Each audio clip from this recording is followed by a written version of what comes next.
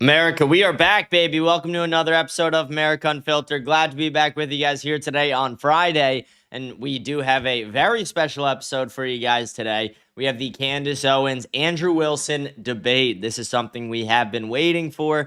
They were talking about this and negotiating about it on Twitter all of last week. You saw Candace Owens take Andrew Wilson's offer of $300K and say she was demanding $500K, and then demanding that Andrew Wilson come out to her, and demanding bunch of different demands on both sides, essentially. It became a clusterfuck, but we got the debate. It's happening. It's right now, and we are going to tune in live to it and do a live reaction. We're going to start from the beginning, so we'll be a little behind, but we'll be okay.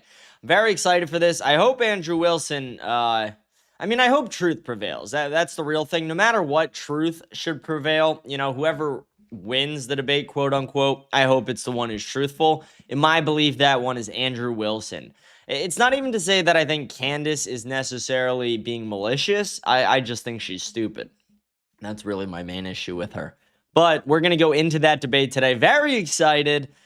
Glad to be back here today on Friday as well. We didn't do a show the last couple days. Like I said, I had a very busy week, but we're here today. We're back. We're here. America, we're so fucking back, baby. Let's go. But let's get this debate just pulled up. I feel like we should just go right into it. I'm going to have to resize this. I will, let me start it, and then we're officially live. I'll work on resizing it as we... Are we live? Okay, so we're officially live. Candace, Andrew, good to sit down here with you, talking to you guys about the conversation that I think started with you being on Joe Rogan when you said, hey, I'm offering $300,000. And for the audience watching this, you have to know when you see this final product, there's a lot of stuff that happens behind closed doors. There was still communication till midnight, even some of the stuff this morning. It's like you're trying to sell a company. It's the last 24 hours that the deal doesn't work out, but kudos to the both of you guys that you made it work. The topic of discussion today, how this got prompted is, Andrew, you said there's overwhelming evidence that Tyler Robinson shot and killed Charlie Kirk. And Candace, your position was he's a patsy. Tyler Robinson is a patsy. So, of course, we'll talk about a lot of different things, but that's kind of how the whole thing got started. For the audience watching, I think this is truly for three different people. Number one is anybody out there that loves Charlie, respects Charlie, his legacy, what he did. We have a lot of love and admiration for what he did. He changed the lives of many people, young men, young women. You worked with him for many years. You guys were friends. You've said a lot of good things about Charlie, respectful towards him. You guys may have disagreed on something, but you got a lot of respect for him. The second audience is the folks out there, you, that's watching this. And so for you, you've been wanting something like this to take place. And kudos for Andrew for coming out and saying, hey, I want to have this conversation, and for Candace to accept it. So you have the ability to say, I agree, I disagree, comment to all the stuff that you're doing online. And if you want to see more of these things, any of the three channels, subscribe to them, The Candace Show, The Crucible. I'm sure some of the people from Crucible are watching as well, and the PBD podcast. The more you subscribe to this, the more we're able to deliver these types of conversations to you. And last but not least, it's about the two of you. My goal is to speak as little as possible. 99% of the time, it'll be you guys. I'm going to keep my comments to a minimum as well, but my comment I want to add is PBD doing this debate is the worst thing ever. Should have been anybody else. PBD is fucking annoying. Like, sure, I don't hate him. I like him a little bit, honestly, but he's really fucking annoying moderating debates. He's really annoying. Like, with the Fishback debate, I was furious. I was so annoyed with him. If this is anything like the Fishback, at some point during this debate, if he starts having them guess, like, caliber sizes, I'm going to fucking, I don't know. I'm speaking, and the audience will be able to see it. If I jump in, just so everybody knows on the back end, both have agreed. In the back, there's 3 people representing Andrew and 3 people representing Candace to do fact checking. So at any point, if somebody makes a claim, the other can say, can we fact check this? I can jump in and say fact check this. Even if folks in the back can say fact check this. So it is a very fair conversation that we're having here. And so with that being said, kudos to Michael Knowles. Your name was mentioned a lot. You missed out right now. The last 10 minutes, we talked about you. There's a lot of love and respect here mutually from both parties, all 3 of them here. And then, of course, the great Joe Rogan that started this conversation. And he also volunteered, but it ended up being this format that we have here today. So with that being said, Andrew, your claim is overwhelming evidence that Tyler Robinson killed Charlie Kirk. Opening statements, opening comments. Sure. And what I mean by overwhelming is I just find it very convincing. I think that's what most people mean when they say overwhelming evidence. So I have a brief opening statement. On September 10th, 2025, Charlie Kirk was murdered. Many of you already know a lot about the events which occurred after Kirk's death. You remember the ghoulish laughter, celebrations, and madness we saw from leftists all over, from TikTok invasions, debates, posts on social media, destruction of memorials, and things like this. Within weeks of Kirk's death, a cottage industry began to form, peddling various alternative theories on how he died. What special interest may have killed him, what nations were involved, and was our own government one of them? because this was the first nationwide traumatic event in Gen Z's lifetime, the demand for answers was severe and palpable. The leading theory from the conspiracy verse is that Israel worked with the United States government to murder Charlie Kirk. Within a day or two of Kirk's death, Ian Carroll claimed that Israel killed Charlie Kirk, and the conspiracy caught on like wildfire. This theory was built on one misleading piece of evidence, that in his final days, on or around September 8th, Charlie sent a text message reading, "Jewish donors play into all the stereotypes. I cannot and will not be bullied like this, leaving me no choice but to leave the pro-Israel cause." This was sent in the context of a platforming dispute regarding Tucker Carlson. From this scintilla of misleading information, it was speculated that Israel killed Charlie Kirk because he would have successfully opposed the Iranian war. Now, that's a fun theory, and who doesn't like a good, fun conspiracy theory? I like them. But there is no evidence that Israel actually killed Charlie Kirk. And if Candace has some, I'd like her to actually show it to me. I'm open to suggestions, but to date, there hasn't been any. There is, however, tons of evidence that a leftist killed Charlie Kirk, just as Charlie feared they would. I believe Charlie Kirk, and I have the receipts. No, I didn't have a dream where he came to me and told me that the left killed him. Yeah. No, he didn't come to me in a dream and say, Candace Owens betrayed him. That never happened. In fact, I don't need dreams of any kind because I hold in my possession never before seen messages from Charlie Kirk to his security team on September 9th, 2025. I'm going to share the message with you today, which is the first time this information's ever been publicly revealed. Oh, wow. On September 9th, Charlie's security team wrote to him, yes, law enforcement has been fully supportive and agreed to a security plan and posture. Tomorrow's event will be covered by both my team and the campus PD. If additional support is required, patrol units will be available. I have 11 on site. Charlie responded with this, okay, great. Remind them that they are there for one person's security only, because I'm somewhat worried the left is trying to kill me. That was a message sent September 9th. Whatever could he have meant by that? Well, I think he meant exactly what he said, that he was worried the left was going to try to kill him. Now, we'll discuss this more later on in the debate, and maybe I have more never-before-seen evidence that exposes just how wrong and, in my opinion, idiotic many of these conspiracy theories have been. But that's what happens when you rely on what's called the evidence of the gaps. In other words, they don't have evidence. They seem to just make up evidence. I just want to say as well, this has been like on the internet for less than an hour. Over 500,000 people already seen it. What did they make up? Well, in my opinion, kind of whatever lined the pockets. And I think it's ghoulish to profit off of the death of a good man. But we came here today to debate. Violent Wanker, haven't heard from you in a bit. How you doing, sweetheart? Looking good, brother. I've been trying to understand Polymark and Kalshi so I can get my money up, but I'm struggling, man. What are the main ways you determine how to place a bet? I'm sorry, I know you've talked plenty about this. Love you. All right, I'll spend a short period of time about this because I want to do the debate. But for Kalshi and Polymarket, it's really weird because it's very easy for people to manipulate it. Like I've explained that with Fishback. There's a lot of like little, sometimes like you want to bet on the less obvious ones. Like instead of, for example, like instead of betting on just like who's going to win the Florida primary, you might want to bet on like what percentage of the vote do you think like Fishback may get? Like that's a more interesting bet. Things like that. I'll shoot you a DM and I'll send you more information about it just because normally during a show I would spend more time answering. But during this debate, I feel like I'm just going to get a ton of shit if I distract from the debate for too long. But yeah, I'll send you a DM with a bunch of information on it. But great to hear from you. Great. Glad you're doing well. Great to hear from you. And so let's get to it. The debate topic today is 1, my belief that there's overwhelming evidence that Tyler Robinson killed Charlie Kirk. And 2, Candace's belief that there's overwhelming evidence that Tyler Robinson was a patsy and didn't kill Charlie Kirk. In sum, the audience is going to decide who has more evidence supporting their theory.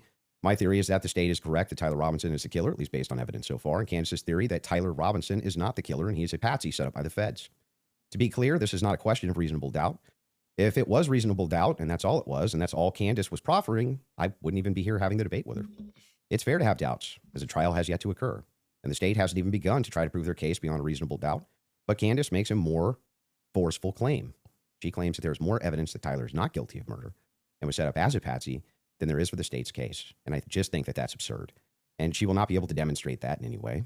In fact, she has almost no real evidence at all of her theory, whereas my theory is supported by compelling witness testimony, physical evidence, multiple confessions, all of which are independently compelling, but which are even more convincing as each piece of evidence corroborates the others. You'll notice the term overwhelming was included in both theories. This is because Candace demanded I defend my use of that term, which I think is fair, in describing the evidence against Tyler Robinson. She, on the other hand, only wanted to defend her theory as merely viable. That is, until I showed her clips in which she said she believed the evidence of her theory, that Tyler Robinson's a patsy, was supported by overwhelming evidence. Only then did she agree to defend that position. Regardless, we're both defending the claim. There's overwhelming evidence on our side, so it's worth defining that term. When I say the evidence against Robinson's overwhelming, all I'm saying is that I mean that as of right now, I find it very convincing. I see almost no evidence at all, only speculation on verified claims and suggestions of things that could merely be hypothetically possible. Dreams, vibes, feelings, things like this. Almost done, by the way. I have no problem defending the state's case and welcome Candace bringing up any challenges she would like, but if I'm honest, the reason I was willing to pay the $300,000 for this debate was to finally have a chance for someone to demand Candace be held accountable for the unbelievable theories and claims she's been making. Candace's investigation is indistinguishable from a leftist operation. She couldn't be doing more damage to the right if she were trying. She uses her considerable platform to relentlessly attack one of the most influential conservative outreach organizations for young people, and she's making a mockery of the online right-wing commentary class. She's harming Republicans in an election year by dividing them. She's attacking the very organization Charlie spent his life building, and she's attacking the people he loved, including his wife. And it cost me $300,000, but today I hope that she finally answers for some of that. Thank you, Andrew. Candace? Did you get it out of your system? I did. Okay, great. Well, Like, I'm not what a going to waste time with the comment. preamble because I think I just want to get to the substance. Like that, like it's his opening statement. Did you get it out of your system? Like, shut up, bitch. Like, what do you? That's his opening statement. That's his opening statement in a debate. Did you get it out of your system? Shut the fuck up. Like, what? Fuck you. Such a cunty comment. To the debate, and we'll just speak to the audience. I've obviously had an audience. Wanker sent $5 for hey, thank you. P.S. Current stash is best look less than 3. Let's go. Let's go. Love you, Violent Wanker. Thank you so much. I appreciate it. Since we've been covering this case, people know that there was a personal friendship between me and Charlie, and diminishing the pursuit of something that makes sense regarding what happened on September 10th. By throwing it to, this is just people who are conspiracy theorists. These are people who are just trying to generate clicks. I don't think that people should be satisfied by that. I want people to remember that it's important to think. We've been lied to by the government a great many times over, I mean, just the last couple of years, if you just think of the things that we've learned about our government. And I do want to say this. What's been the most disturbing element, I think, for everyone is that not only does the narrative not make any sense, which I'm going to demonstrate, I need to waste time with the preamble going through the points or trying to insult you or pretending that I've been running a podcast saying it's just dreams and vibes like I'm Miss Cleo. And that's the reason why it's taking so many influencers. It looks like $1 billion industry of influencers to dispute everything Candace says. It's not because I'm on my platform saying I had a dream last night. I don't think that I think that diminishes you as an argument. Obviously, we have presented a lot of evidence. You just presented a text message and said this is evidence. Well, that's how this entire thing began. You're talking about how Israel got into the conversation. It was because immediately after Charlie died, one of the first things we saw was this push to make us all think and remember how much he loved Israel. It's because the prime minister of Israel, who's fighting like a 27-front war, felt that he needed to come do a little mini tour and to be, strangely, to state that I did not kill Charlie Kirk when nobody was having that thought that I can remember. Nobody was going, I wonder if Bibi Netanyahu killed Charlie Kirk. Ian Carroll tweeted it out. It got millions of views. And then Bibi Netanyahu, like, it's not like nobody was talking about it. Millions of people were talking about it. And then we had a round of influencers who lied and said Charlie was not changing on Israel, that he wasn't having any disagreements regarding that topic, that the day he died, he just loved Israel so much. And I demonstrated via a text message, which you just mentioned, and you're now contextualizing and pretending it was just about Tucker Carlson, which is not true. It was a part of a broader shift that Charlie was having over the last, I would say, actually, on your show, it began since October 7th, which is when I began asking myself more questions about Israel as well. And so, yeah, when all of these things happen in the immediate aftermath, and then I drop a text message after everyone is denying that, Tucker Carlson then comes out and confirms the conversations that he had with Charlie. Megyn Kelly then comes out and confirms the private conversations that she had with Charlie. People then begin to ask a reasonable question, which is, why are we lying about this? If they were forthcoming with that and they had said, hey, yeah, Charlie was starting to ask questions. I think after October 7th, it's reasonable that people are starting to re-examine our relationship with Israel. We wouldn't be here today. But it has been lie after lie after lie, debunk after debunk after debunk. Yes, I did share that I had a dream that Charlie was betrayed. It's not a dream anymore. It's a reality. I look at what the organization has become, the people that they are partnering with, the lies that they are telling, the extraordinary people that they're sending out to say that I hadn't speak to Charlie since 2018, and it begins to look like a conspiracy. And just as a historical fact, that entire term was created by the CIA to gaslight people. I thought I misheard that, and then Violent Wanger just put in the chat, Israel. Like that's how Candace is saying it, Israel. It's so weird. I thought I was just mishearing it, and someone else put it in the chat. And I'm like, nope, I heard it right. I knew I heard that right. Yeah, what the fuck is... Okay, holy monkey face. Every time you pause on Candace, it's the worst look ever. It's the ugliest face you'll ever see. people after the assassination of JFK. So it's not exactly one that makes me nervous. Like calling somebody a conspiracy theorist is essentially saying that they demand further answers. They're not accepting the Fed slop. So I'm grateful that you came today. I don't need to, like I said, take cheap shots and discuss your manner of debate or your strategy. And I'm also grateful that you shared that you had that text message today, because everybody watching knows that I have been demanding not a debate, just an open conversation with Turning Point USA. They should be here. It shouldn't be you in that chair. It should be the person that took Charlie's place, maybe Erica Kirk, maybe Andrew Colbert. He's a spokesperson. And rather than doing that, they sent us another influencer. So let's see how it goes. Just out of curiosity, are you between 0 to 100? What is the likelihood that you think Tyler Robinson shot Charlie Kirk and killed him? Based on the evidence right now, I don't know. I'd say 75, 85%. Candace? 0%. 0%. I'm at 0. So with what we've seen in terms of the evidence, I'm at 0%. Like, bitch, what? 0%? That's how you know she's retarded. That's how you know. 0%. Because Andrew Wilson actually gave a real answer there. He didn't say 100%. He didn't say 99%. 75, 80%. That's a reasonable answer. If anything, that's a little low for me. Candace Owens goes 0%. It's like, bitch, are you that fucking stupid? Holy shit. She is thick in the skull. So not only, you know, that maybe somebody was behind him as a patsy influencing him. You're not even saying that he didn't even shoot Charlie Kirk. Right. I would, if you said, was he involved that day, as I have consistently said on my platform, I would say yes, he was.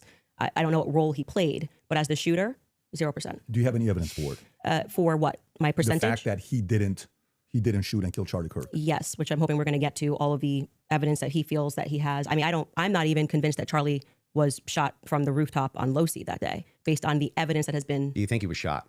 I do not think that Charlie was shot from a 30-06 from Losi. But just shot at all. I don't know. I think that a projectile hit Charlie. Come on, Candace. Come on. I saw Faith Merrill today tweeted out too, like, go Max, Candace. It's like, okay, you're dumb, bitch. You're dumb, bitch. This is why women need to stay out of politics. And I'm open to other people's presentations, but I have not seen any compelling evidence that Charlie was shot by a 30-06. Can we see maybe if we're going to have an olive branch to each other, if maybe we can establish what we consider the facts of the case to be first? Yeah, sure. Okay. So you're not sure if he was actually shot. You're open to alternative theories. He was definitely hit with a projectile of some description. If we're talking about was he shot from a gun, a 30-06, I would say definitively no. Okay. It defies common sense to think that he had a Superman neck, and even if he did have a Superman neck, which has been demonstrated, I think actually recently a YouTuber actually set up Spalhalla. Cornfed Groiper, what's up? Thank you, Cornfed Groiper. You're the man. Much appreciated. God bless you, Cornfed Groiper 07. See you. Thank you. God bless. Steel cages and shot it and it went through. So under no circumstance will I. So at least not a 30-06. Definitively not. A 30-06 from Losi, 150 feet. No. But you're not necessarily closing off the avenue that he could have been shot at all? With maybe a smaller caliber? Okay. And then there's some things that I'm going to make concessions on that I do think we need more answers on, and I'm fine with that. And we can get to those things as well. The other thing is in the timeline, one of the things that we dispute, I think, on the timeline is that you think that Robinson drove hours away to a steakhouse in the timeline. Is that correct? Yes. Okay. And what's the compelling evidence that you think you have there? I spoke to the owner of the restaurant, and I have seen the receipt. I know the conversation that I had, and I think it's enough that it will be presented. Obviously, if this goes to trial, but yes, I do believe that he was in Panguitch, which is near his grandparents' home. Did he give you an unedited copy of that receipt?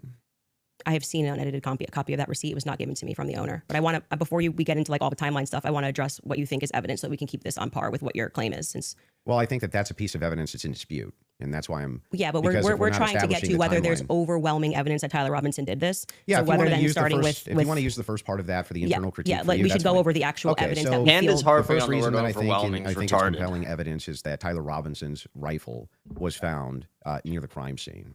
So I would consider that to be very good evidence. And also the fact of the matter is that I dispute this claim that a 30-06 could not have made this wound. I think that that's absurd. 150 grain Remington core lock absolutely could shatter when it hits the neck of any human being. When you say that there's some steel neck and it's a smaller caliber, you have to make a counter explanation. Why wouldn't a smaller caliber also go through bone? It could. I didn't say it can't. Right, exactly. So if that's the case, then ammunition is going to be the critical key here. And if we have frangible ammunition, which we do in this case, a flex tip round, well, I'm sorry, not a flex tip, a soft point round from 150 grain Remington core lock, that's just a small jacket that goes around the actual lead piece. This thing could have split apart in air for all we know, but definitely upon impact. And we have the medical examiner who confirms this in a summary. And my team can bring that up, the summarization, which means he would have to be a part of some kind of conspiracy as well. Okay, so just to start with your point about saying that the Good gun was job. found near him, near Losey Center, or I guess off in the woods. That gun. Did you watch the testimony? Did you watch the preliminary yeah, we hearing? covered it live. Yeah. Okay, so forgetting what the summary of the medical report was, did you watch the testimony that was given by the Caitlin Oliver, the ATF woman, Samantha Carner, any of those people who went into the science of Yes, I recall. You're talking about the bullet when they- analysis? Yeah, when they went into the DNA. Okay, so that's kind of the most relevant part. Okay. I'm not denying, I've never denied on my platform or anywhere else that a gun owned by Tyler Robinson was found near the crime scene, right? That Okay. doesn't remove it. If you think somebody set up as a patsy, you could take a gun out of this room right now and you could walk out and plant it in the woods near a crime scene. I That's agree. not convincing evidence to I me. concur with the fact that that's a possibility. So that you logically possible. you I think have said on a platform that you were a gunsmith. Okay, and for how many years? many years. For many years. You also said that you were an Army sniper. I wasn't a sniper in the Army. Okay. And I never said that. by the Sorry, way. your wife tweeted that you were an Army sniper. Yeah, I don't know. Like 15 years ago, she said something. Does it She said change that 15 was- years later? She said that it was colloquial. So I Army don't- sniper is a colloquial term? Yeah, I was never an Army sniper. Okay. What did you do in the Army? Did you teach this? You then I corrected and said you taught rifles in the Army? No, I didn't teach rifle. No, I taught rifles as a private citizen. Okay. And I was an NRA instructor for many Okay, years so- alongside my. Just say what you did in the As army. with though. your expertise, Just when expedite this. she gave testimony on the stand, Samantha Carner, that there was dust and there was debris that was found in the gun barrel. Yep. And then when we had the person who, and this was, I believe, Caitlin Oliver, who explained painfully about the DNA, the prints. Well, let's start with a No, point no, at no, a time. I'm not done. You said something, so I'm going to finish my thought, right? You don't want to do a point in time? No, well, sure. If you want to respond to, Well, I but want I to want you to start respond to with 2 the points. I debris. want you to start with 2 Moderator. points. Dust Step and debris in. the gun barrel. Yeah. Secondly, the fact that there were 5 sets of prints, 5 plus actually by the end of the testimony, 5 sets of prints for which we already had the woman who worked for the FBI forensics testify that above 2 prints, if you're taking a sample, it's no longer a science, right? She testified that when they took the sample of what was on the trigger, they saw 5 plus prints. And among those 5 plus prints, Tyler Robinson's was the most degraded. So I would like you to explain how Tyler Robinson's prints could be the most degraded when she said, actually, you could have DNA on something that you touched. You could have DNA on something that you've never touched. And to get DNA degradation, they've looked at pieces, items 20, 40 years on that don't have degradation. Yet Tyler Robinson's prints, amongst 5 plus other prints, were the most degraded on that weapon. Yeah. So let's get into all 3 of the claims. First, with debris. When it comes to debris, firing rifle doesn't always blow the debris out of the barrel. Okay, that So- Yep. I Thank you. you think there could be debris and dust. He just- Yes, if I don't clean my rifle and I go shoot it, there's still gonna be fucking shit in my rifle after I shoot it. Yes. If I have a rifle that has debris and dust in there and then I shoot it, it doesn't mean all the debris and dust is gone. It's not like you clean your guns by firing them, sweetheart. Holy. Like, 2 plus 2 is 4, not 8, Candace. fired the weapon. Sure. Okay. Not only that, he left it in a forest. Now, I don't know if you agree with me, but if you leave a rifle in a wooded area, it's also possible that debris could get in that way. But Exactly. I'm not even sure that that's what the case is. I think it's far more likely that you fired the shot, it just didn't blow all the debris out, and it often doesn't. You'll find this if you take Grandpappy's dirty rifle and it's all dusty inside the bore and you go fire it. You'll often look down the bore and there's still dust. Okay. Happens all the time. Okay. And the prints? Yeah. So the prints we don't know all of the details on just yet. We do. It was excruciatingly long. Testimony on the prints. We don't because they haven't gone to trial, so we don't know Half a day. on the print. What do you front, mean but Tyler Robinson's DNA excruciatingly was on there. You mean to claim long? that Lance Twiggs' DNA was on there, and it was not. Well, when she gave the testimony, no. First, let's go to your first point because that's wrong. We can get a fact check on that. What do you mean we don't know until it goes to trial about the Corn debris Fed prints? Kroiber just goes, a gun was thrown in the fucking woods. Of course there's gonna be shit in the very it's insane. Because Candace lacks any common sense whatsoever. It's so clear Candace is just a retard. She testified, and Yeah. this is the person who took the prints. It's like all these people say Candace is malicious. And I've dabbled with the idea of it. I just don't think she's malicious. I think she's genuinely just stupid. I really think she's just an idiot. Yes, but the problem is that inside of this particular testimony, you agree with me that there's going to be much more of the DNA analysis during the trial, right? But you also would agree that her fact is not going to change. That among the prints, his was the most degraded. So I'm asking you to but address that. How could that be here, possible? Let's give it.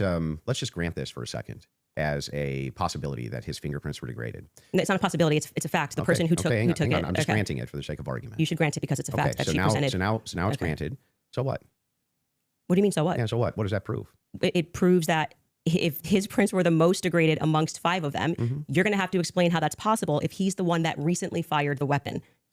Yeah, so wait a second. You're saying that it's an impossibility that if his fingerprints are the most degraded, I'm telling you if to that's the explain it. case- You're the gunsmith. Well, so wait a explain it. second. How would a gunsmith give an analysis on fingerprints or DNA? Do you think that I work in a DNA laboratory So with your answer fingerprints? is I don't know. You can just say you don't know. But you I don't did. have to.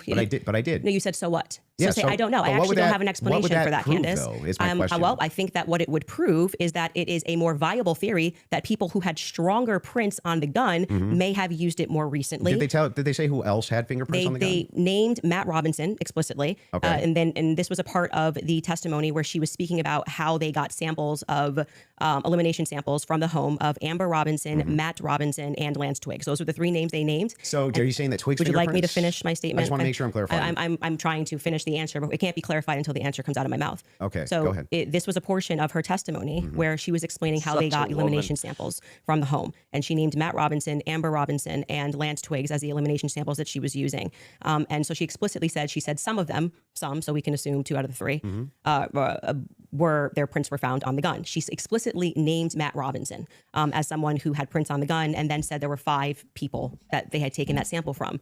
And again, what's also relevant here is the earlier testimony, which came from the FBI forensics analyst, I believe it was on day 2, where she said that when you're using those mixtures and those samples and you get up to 5+, it's really hard to make any sort of a determination. So both of those things are relevant. If you can't explain why his prints are the most degraded and you're saying he is the shooter, it's not really a so what. It's an open-ended question that people have a right to pursue. It's not a conspiracy. It's actually proof of my claim that there's evidence that he was set up as a patsy. That wouldn't prove anything about him being a patsy. It said it's evidence to support the claim that he could have been set up as a patsy. So this is why I said earlier, so what? Because even if it's the case that this doesn't have an explanation for it yet, that doesn't actually give you any evidence in your corner for Tyler Robinson being a patsy. Okay, hang on. I didn't cut you off. Right? You would need to actually explain how this would demonstrate Tyler Robinson. This is tied into Robinson being a patsy. Are you claiming that these fingerprints were Lance Twiggs or that he had any DNA there? I'm saying that it could be Matt Robinson, it could be Amber Robinson. That sort of information is going to come out during the trial. How would that tie into the idea that he's a patsy? Yes, though? because if his is the most degraded prints and the information that I shared on my platform is true, that this gun was given to Tyler Robinson as an heirloom. I had conversation with members of the Robinson family, Twiggs family, both of them. You know, like I said, we're not just dreaming. And if we're having those conversations and they told me that that gun was only given to Tyler Robinson because it was a family heirloom. Okay, so it was his grandfather's gun or great-grandfather's gun. I don't remember the difference. I don't remember which one it was. And so he got it because he's the firstborn. So, but he's not much of a shooter, is what I was told. And so he has this because he inherited it, essentially. So if I get something from my grandpa and I put it up on the shelf and I own this, you could see that could be. How do we get to the patsy part? You don't let me ever get to the end of the sentence. So how could we get to the patsy part if I can't I'll get to the end of the wait sentence? patiently till we get to So the that patsy could be a part. reasonable explanation as to why there was dust in the barrel, because he doesn't often shoot this weapon and he is indeed a fisher. And it could also be a reasonable explanation for why we have Matt Robinson's prints on this. Obviously, Lance Twiggs, even if he has prints on things, they live together, that doesn't really mean anything. But that could demonstrate that somebody took his weapon and put it somewhere. His prints are the most degraded. Somebody else's prints, there's more presence of somebody else's prints, and that could demonstrate that somebody is taking items from his house and putting it into But it various also places. could demonstrate nothing. So the problem that you have here is that this is pure conjecture. No, this is not evidence that Tyler Robinson is a patsy. It's only evidence that you have conjectured up that, There you if go. it's the case that these are the more degraded prints, then therefore that means must be patsy because dad's fingerprints on gun. I didn't say must be Describe patsy. how this actually links in to Robinson being a patsy. Okay, I just described that for you, so I can explain it to you, but I can't understand it for you, so I'm going to move on from that. But to just go back to your point about this is not evidence, you can't make that claim because the entire basis for why you I think love that how she goes, we're not going to take shots at each other. And then she goes, I can explain it to you. I can't understand it for you. When he's asking a very reasonable question. She's acting like all his questions are unreasonable because they disagree with her narrative. It's like you're in a debate. He's going to disagree with you on everything. You can't act like everything he says is unreasonable because of that. there's evidence for Tyler Robinson being the person that took the shot is based off of a hearing under Utah 1102 rules, meaning that they are doing the exact same thing that I am doing. This is the state. You said you're here to represent the state. Well, did you watch the preliminary no, I hearing? didn't say I was here to represent the state. The state's position you think is strong and No, convincing. what okay? I'm here to do is represent my own opinion, You which said is in that your opening based on the evidence presented so far by the state. The state has that I find it presented convincing. evidence under Utah's 1102 rule. But this doesn't demonstrate any patsy No, that's behavior. very important because that rule is hearsay. So you can't say at the same time, Great. Candace, you're not allowed to. And what that means under the Utah rule, which I'm sure you know, because I'm sure you watched the preliminary hearing and yourself understand what that means. is that Also, Candace is misquoting it. It's not they allow just hearsay. They allow credible hearsay. And it's very credible hearsay is very strict. It's not like you could just say, oh, this person's credible, this credible here. That's not how it works. There's a vetting process to it. There's a legitimate process to it. So for Candace to just try and like invoke a random like Utah law in a Nashville, Tennessee debate with Andrew Wilson, it's like, bitch, what are you doing? Makes no sense. Entire hearing was hearsay. It means none of that information that was presented is going to be allowed. The majority of it, the overwhelming majority of it, is not going to be allowed at the trial. They're allowed to present when it's just a probative hearing. I don't think all the evidence that was put in was hearsay. Okay, you didn't watch this case. But not only that, no. This is a huge point. This is crazy we that you can don't call know for this. a fact check. If Yes, all the we evidence need was more than a put fact in, check. This was every single day. The team in the back is Utah actually Rule saying 1102. They want to go there. So they said there's a medical examiner's explanation of the shooting that's in the back. Rob, if you want to pull it up. And then, Candace, if anybody from your team wants to pull something up, no problem as well, but they're requesting it. If you guys got it, pull it up so we can show it. And in the interim, is that it? Yeah. So I'll read this. Just what are we looking at, just so we know? Yeah, so this says, the bullet, or at least part of it, sequentially perforated the interior left of Mr. Kirk's neck, strap muscles of the left side of the neck. This is a summary, by the way. Left common cartoid on the left internal external jugular veins. The bullet also obliterated the left side C27 vertebrae, transacted the cervical spinal cord. The medical examiner observed a significant portion of Kirk's cervical spinal cord was traumatically absent. Mr. Kirk suffered from other severe injuries, including bilateral, apical, and posterior intercausal hemorrhages, pulmonary, apical hemorrhages, multiple disruptions to the thyroid, et cetera, et cetera. So the summary of the examination is that he was shot.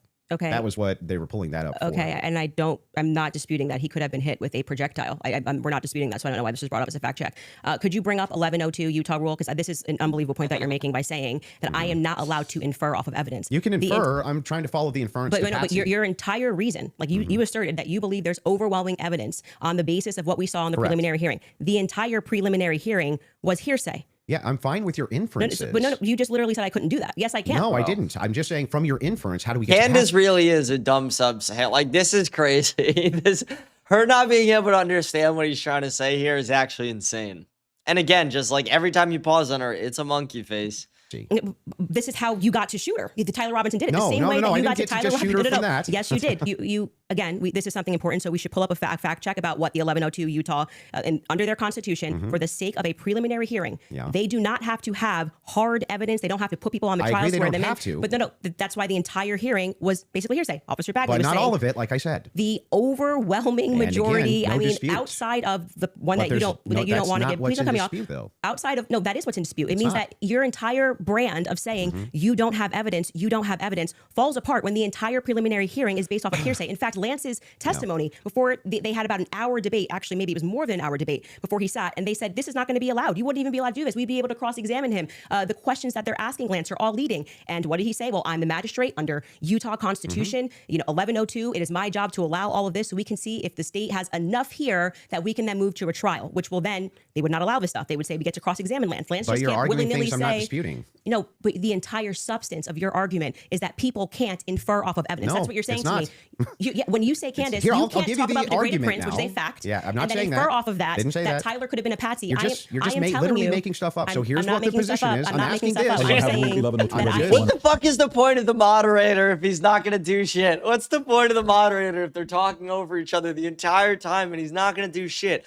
Patrick Bet David, do your fucking job. What are you doing? Let's pull that up. I am doing exactly what the inference. state did. I'm looking at a piece of evidence and I am saying. But you're not showing me how you get there. Can you from the describe to inference. the audience what Rule Yes. 1102 So means? this, just so everybody who's watching this at home understands what I'm saying, even if he doesn't. What Andrew is arguing is that I don't have the right to extrapolate from a made that fact argument. like Just making it up. Just purely making it up. I'm asking based on Andrew, based on can I your show my inference. evidence? You just showed yours. Reliable hearsay. You'll get a chance. Reliable hearsay in criminal preliminary examinations. The entire preliminary hearing that you just saw was on the basis of reliable hearsay. And what that means essentially is the people who are making the statements can just say, Patrick The guy who in the YouTube chat just wrote, don't you know that the stage was shaped like a menorah? If that's not rage bait, go find a cliff and drive off it. told me that he did this on Monday. Patrick's not here. And that is, they can allow that into the hearing. That's just because it's just meant to be probative. And so it's the state saying, here's what we have inferred. So you are allowed to take a piece of evidence and then you are allowed to infer off of that evidence. Okay. Case in point, that's a demonstration of, that's a demonstration of what I just did. I said the prints were the most degraded. off of Tyler Robinson. And from that, what I am inferring is that it's plausible that Tyler Robinson was set up. That doesn't. That's the point in contention. That's not a point in contention. That's the point in contention. It's not a point in contention. If you're saying it is the point in contention. It's not the point in contention. I'm telling you that is what the entire hearing allowed for. So the evidence Great, that he is but describing, we're asking you that now. he is using to argue his case, is all based on inference, not fact. Great. Inference, not fact. We're So what they just- are inferring off of the facts.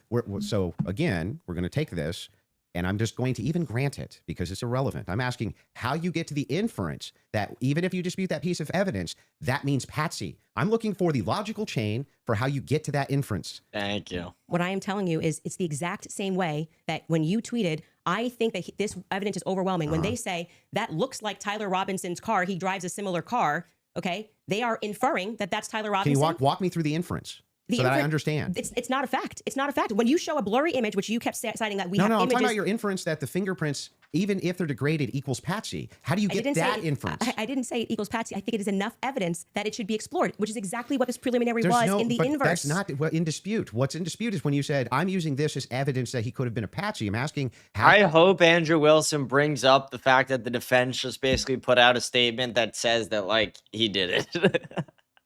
Do you get the inference to Patsy from that? Because what I am saying is that it shows that somebody else had more DNA presence on that gun than Tyler Robinson did. So it is plausible, which is all they're doing. They're presenting plausibility based off of the facts, okay? It is plausible that somebody just took his gun and put it there. That's it. Is there equally That's how it works. and is there equally 100 other plausible explanations?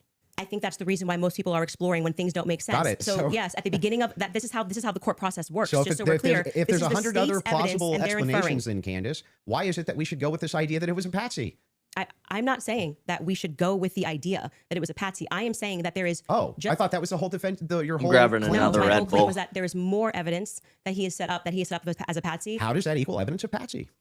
I don't know how many times I can say this. Like I'm saying that I am using the exact same mechanism that you are accepting for some reason in the Utah courtroom. Yeah. Right. To say I'm going to look at the evidence and I'm going to infer an alternative theory. So you just saw the states and you're accepting it, and they have not presented any concrete facts. You listed on your own Twitter that what you found to be convincing was something that looked like his car pulled into the driveway, a blurry image. No, I didn't. The standard white guy coming up the steps that could literally be anyone. This never happened. Can we get a fact check on that? Can we pull up his tweet where he goes over I didn't the four? say that's what convinced me. When you actually didn't say it's what convinced me, but you said Right. this is the evidence that you found to be overwhelming, and you named, I believe, actually 5 things. I think you said it was his car. You said it was. Well, there's multitudes of things that I find You to just be said you didn't compelling say it, so evidence. we're going to get a fact check on that. You Sure. did. Go ahead. You said the blurry images coming up the steps. Quite literally, when Officer Bagley testified, they talk about when I'm talking about making inference. This is the most I thought was the most absurd testimony I've ever heard. And pardon me, it was actually David Hull. They asked him a question. How did you know the guy in the maroon shirt was the same as the guy that came up the stairs later that was wearing the American flag black shirt? And he said, they're wearing the same shoes. Why is that absurd? That's how you decided these two are the same people. Oh, wow, what a scientific. They're both wearing Converses. Okay, that's an absurd thing to say. That is not evidence that these are the same people if we're both wearing Converses. That was what he said. That's what flew on the Okay, stand. but I still don't understand how that would be absurd. If It's somebody, an absurd thing. For instance, if somebody were to change their clothes but keep the same shoes on, wouldn't you utilize the shoes to try to track that person? If The they were changing idea their that on a clothes? college campus, two people wearing this totally different outfits, but both wearing Converses can't happen is such an absurdity that I don't even need to argue that. I'm just going to let people deal. Why is it Okay. absurd? Just concede that point. Obviously, it's an absurd I thing don't. to say. I'm not I know sure, these are the I'm same not people sure in because they're both context- wearing Converse. Yeah, I'm not sure if in context that's what happened, but It even is. if it You is, can get a fact check on but it. even if it is, again, And it was if Hull. we're utilizing inferences, whenever we're dealing with logic and we're dealing with making a logical inference, we're going to take the entire collaboration of evidence and then we're going to make inferences from that. You would do that with any type of logical proposition. Otherwise, you could never have a true or false claim. But you just told me I couldn't. So do when that. that never happened. You're just making stuff up. So anyway, when we're talking about logical inferences, what I'm looking for is the logical inferences that you have that Tyler Robinson's a patsy based on the totality of evidence that you have. We can keep going through your other evidence, but we should find Yes. this tweet where he lists the reasons that he was convinced. So I let's mean, start with the 30-6. I think that's fine. Your team's looking for. Do you remember how long ago that was? the tweets of the 5. Did you delete it? Or no? No, Did I you don't delete delete tweets? tweets. Okay, cool. I just look for. He said Unless it I was his misspell. car. It was his. It was the car, and it was definitely the staircase photos, and it was when the trial was Okay, going on. she has it. Perfect. She has If you got Skylar has it. If you want to pull it up so we can see it. Somebody said, so give me the clear evidence right here. I want you to provide it right here. All I heard from the investigator was, we believe this to be Tyler Robinson. Is belief something you go as a fact? You wrote the car pulling in. That's a totally blurry image. Robinson getting out of it. You have no idea if that's Tyler Robinson. The fact that he is seen 4 other times on camera. The fact being just a standard white boy with brown hair was seen walking up staircase. The DNA on the roof, we should discuss that. And on the screwdriver that he left behind, it's overwhelming, man. Yeah, but that's not an exhaustive list. Well, just so we're clear, you did tweet it. But it's not an exhaustive. Yeah, well, but just you 5 said seconds ago, you should concede. You said I only said this one thing and said that was overwhelming, actually. Yeah, if Candace is trying to pigeonhole him and say like, oh, but these are the things you said, now you're saying other things. It's like, do you think that's his entire list? Do you think that's the only things? Are you that fucking stupid? Are you that hollow in the head that you think that those are the only things he believes to be credible about it? You don't think there's a longer list? You don't think he just summed it up shortly on Twitter? I think Candace is actually retarded sometimes. You can pull your Patrick, own did I say clip. that? Can you fact check if that was said or not? I did not hear her say So the this. thing that's funny here is like we still aren't getting to any of these inferences. So Why are you pivoting? So Just say you were wrong. It's cool to just say I was wrong. I'm not wrong. So back to the tweet aspect here. It was really funny. That's not an exhaustive list of why I find it. I didn't say it was exhaustive. I just said you said it. And on top of it, well, no, you didn't. You said that I only said this one thing, and then said based on that it's over. Well, I didn't. You didn't mention that I mentioned the screwdriver, DNA, all these other things. You never mentioned any of that. So no, you're actually incorrect there. But on top of that, moving over to the actual evidence itself. Are you? Yes, I'm okay. Anyway, back to the evidence if you're itself. okay. Yes, Actually, I'm fine. glad you're asserting that you're But okay. I wasn't worried about your health. I'm just but saying back that to I just this. said you tweeted this. You said no, I didn't. We got a fact check, and now you're like just going to gaslight me and pretend that I There's said no gaslighting. it wasn't exhaustive. I never said that. I just said you did say this. Zero gaslighting. I didn't say you couldn't have said more, Yeah. but I would like to address what I mean, you this said is in your that tweet. time. If this is how you want to spend it interrogating my position, you can do it that way. I'm just addressing what you asserted on your Twitter was like the hard evidence that convinced you was overwhelming. That's literally That's your not debate what claim. you said. That's not actually, in fact, what happened in that exchange. I was here for it. So what's your position here? Yeah, so my position is that based on all of the evidence, which has been demonstrated, at least all the evidence to my knowledge, that I am actually not seeing anything that's compelling as an alternative theory. I'm not seeing anything which is convincing me of something otherwise than what the state is presenting as evidence. That's my position, if Okay. that's what you're asking me.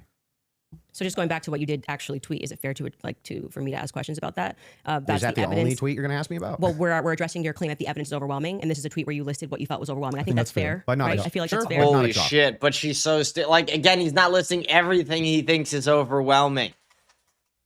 Holy stupid.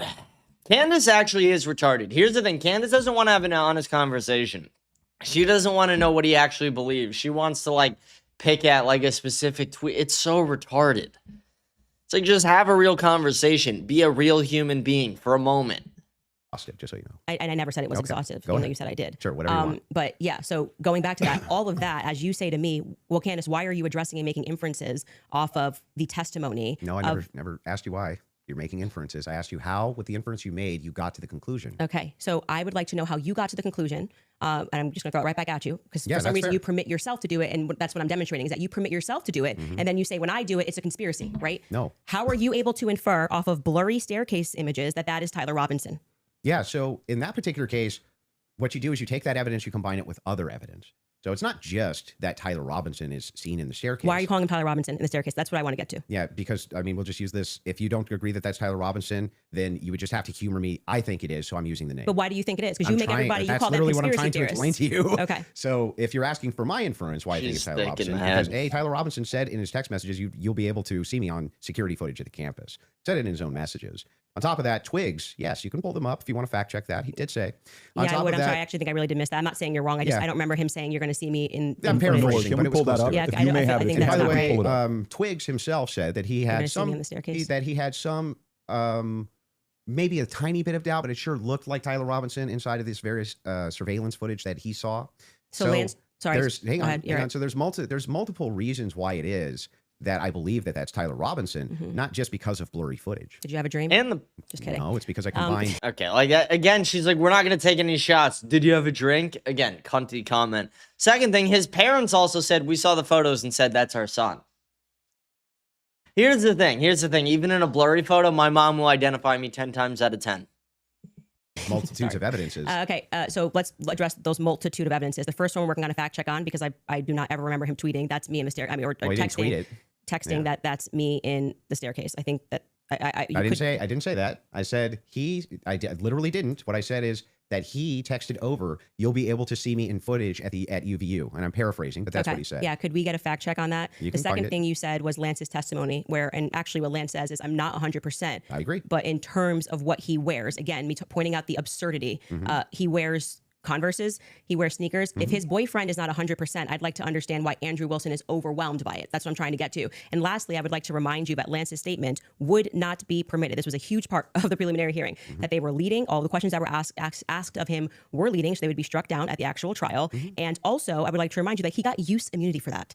Use immunity. I understand. Which means like that happens, by the way, all the time in these cases. And I'm wondering why it particularly happened for Lance and this testimony. And I would also like to point out that something that's remarkable about this, again, leaning to my perspective, that Lance has a lot more, which I have said many times, Lance has a lot more involvement than the feds are letting us know. I think more is going to come out. That either. Because I would agree. They interviewed him on September 11th, and then for whatever reason, just ahead of what was supposed to be slated as the preliminary hearing, which was initially supposed to be in May, they bring him back to do this interview, which in my opinion should have never been allowed. And I actually agree with the defense that it's a violation of his constitutional rights not to allow them to have cross-examined him. But I understand Utah 1102, do what you do. It's all hearsay.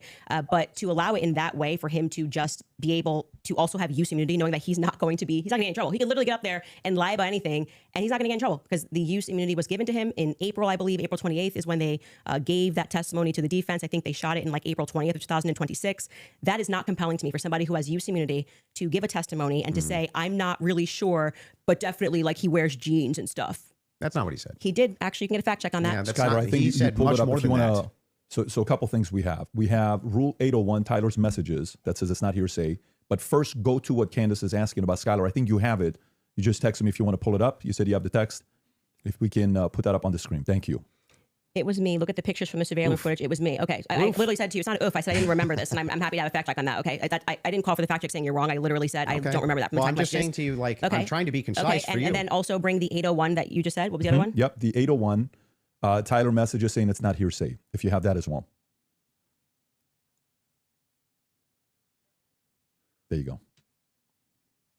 Wait, what I was think we could all objectively say Andrew Wilson is doing extremely well so far. saying it's not hearsay? Statements They that said are not messages. hearsay. A statement that meets the following conditions is not hearsay. It was hearsay. They said it in the trial. Hang on. Okay. Okay. Is consistent with the declarant's testimony and the declarant denies having made the statement or has forgotten, or is consistent with the declarant's testimony and is offered to rebut the express implied charge that the declarant recently fabricated or acted in recent improper influence or motive in testifying. So then wouldn't that mean that a bunch of this wasn't hearsay? So the issue with his I just want to make sure. Yeah. Would that mean that a bunch of this wasn't hearsay? So the opposing party, which down the line, like I said, they talked about this for about an hour and a half, and they discussed how if Lance was in court and he was giving his first party, giving his testimony as the opposing party, whatever, all of this would be fine. They had an issue with how the questions were being asked and that they were not allowed to cross-examine him. So that is why his video testimony would not be accepted in the main trial. And what I said to you is this entire preliminary hearing is under Utah's 1102. So they are allowed to just use hearsay. And No, so you the didn't judge, say when that. he You said most of it was hearsay, actually. Yeah, The it was. overwhelming majority. Well, I mean, and that's I'm leaning now into my opinion that some scientific aspects, which they kept asserting, like the federal rule 403 or 402, some of those parts were quite Sounds like scientific. you're backtracking quite a bit. No, I'm not backtracking at all. What do you feel like let me help you. Where do you feel like I'm backtracking? It literally was done under Utah's 1102. Yeah, nobody disputed that. Okay. What the dispute was is whether or not most of it was overwhelmingly hearsay. Is Yes, that the case? it was. Yes, Okay. that's a fact. I'm not backtracking on And that what at are all. the things How that- many times did you, if you watch the preliminary hearing, it's like they constantly, I'm 1102, 1102, 1102, 1102, That's true. 1102. And the reason for that is because it's allowed. I'm not saying it's illegal. It's allowed at this stage, but I'm just reminding you that when you're going to sit across from someone and your claim is going to be, where is your hard evidence? This is what I heard and I agree with what I'm watching. You are watching the state put on a hearsay Yes. preliminary There's gonna be hearing. hearsay. True. And all of those But also for Candace's claims to be true, everyone in that court case would have to be in on this conspiracy. For Candace to be right, everyone involved in that court case would have to be in on the conspiracy. It's just not possible. things are not going to be allowed, right? Even when they got into witness statements and things of that nature. There's a reason why they swear you in and they say, do you swear to tell the truth, the whole truth? Did you, write things this are not in statement? dispute. So it's the overwhelming majority of what you saw was hearsay because other people were representing other people's statements. They were saying they had conversations. We don't know where it came from. All allowed at this stage. Okay. But it's hearsay. So it But even a lot of that Person saying stuff. Candace is right, you cannot have no fall under actual hearsay. evidence that Candace is right. Again, you're retarded. Under what we just read, right? But the evidence that you're speaking about, like when you say that we're going off vibes, you don't know Tyler Robinson, okay? His boyfriend is not 100% it was him. So I'm going back to your points that you made that this was overwhelming evidence for you. That doesn't make sense to me. Well, overwhelming just You means can't convincing. consider another option that there Well, could have been hang another on. Do you white agree guy with me wearing that Converses on campus? Yeah, do you agree with me that I said that what overwhelming means to me is that it's just very convincing to me? Yeah, and I find it to be completely unconvincing. fair. I Because understand that I you looked can at those find- blurry photos Yeah. that they presented and said, your statement on right now is that Yeah. he's wearing Converses and he also that's just But crazy these aren't to the me. evidences that I find the most convincing. Well, you said that in your Twitter That's not the only thing I've ever said on my Twitter about this case. Right, but the question that was asked of you was pretty direct. Yeah. Right. What did you and find this to is be? not an exhaustive list of all the things Well, that that's I not find what you said in the convincing. tweet. You can tweet longer too. It's not like we're limited now to 240 characters anymore. So anything that I tweet and all other tweets that I've ever made are now excluded because I used the word overwhelming in this one. Well, even though all of this information I've said so publicly. Yeah, that's over what I'm and over saying. and Like, Candace is an idiot. She doesn't want to have an actual conversation. She wants to try and pigeonhole him to one tweet saying that, oh, that's all the things you thought were overwhelming. It's like, no, he probably has a whole laundry list of things. It's like, holy shit. over again is what informs my position for why I'm convinced on the case. That's bizarre to me. I feel like this is Andrew versus Andrew. Somebody asked you a question. What are the points that you find to be the most overwhelming? And you answered. You mean from that particular day of the hearing that I was responding to? Okay, there's something you find to be more overwhelming? Let me ask you that question. Yes, okay, that's what I was saying, okay, go ahead, yes. go on. What do you find to be more overwhelming? Yeah. Can we do this? Do we want to get into it, or do we want to do a quick ad break? Are you guys good to keep going, or I'm fine to keep going, but we can would also. you like to take a quick break? Doesn't or matter to me either If way. we're going into a different topic, that may be another 30 minutes, 40 minutes. I don't want to stop you Yeah, guys in the let's middle of it. end So it what on would you what like you to find do? to be more overwhelming. Yeah. So if for me, it's the confessions, the text messages, all of that is what I consider to be, from my opinion, that's the most convincing for me. Okay, we should discuss the text message confessions when we get back, if you'd like to. Okay. That's a good idea. Folks, we're going to take a quick ad break. We will be back. It's just how power wants medical families 35 protect lead can feel impossible. I'm going to do a quick ad break in the middle of the biggest debate of the year. Emergency It's care like, medical. holy Jewish. You were 5 United States.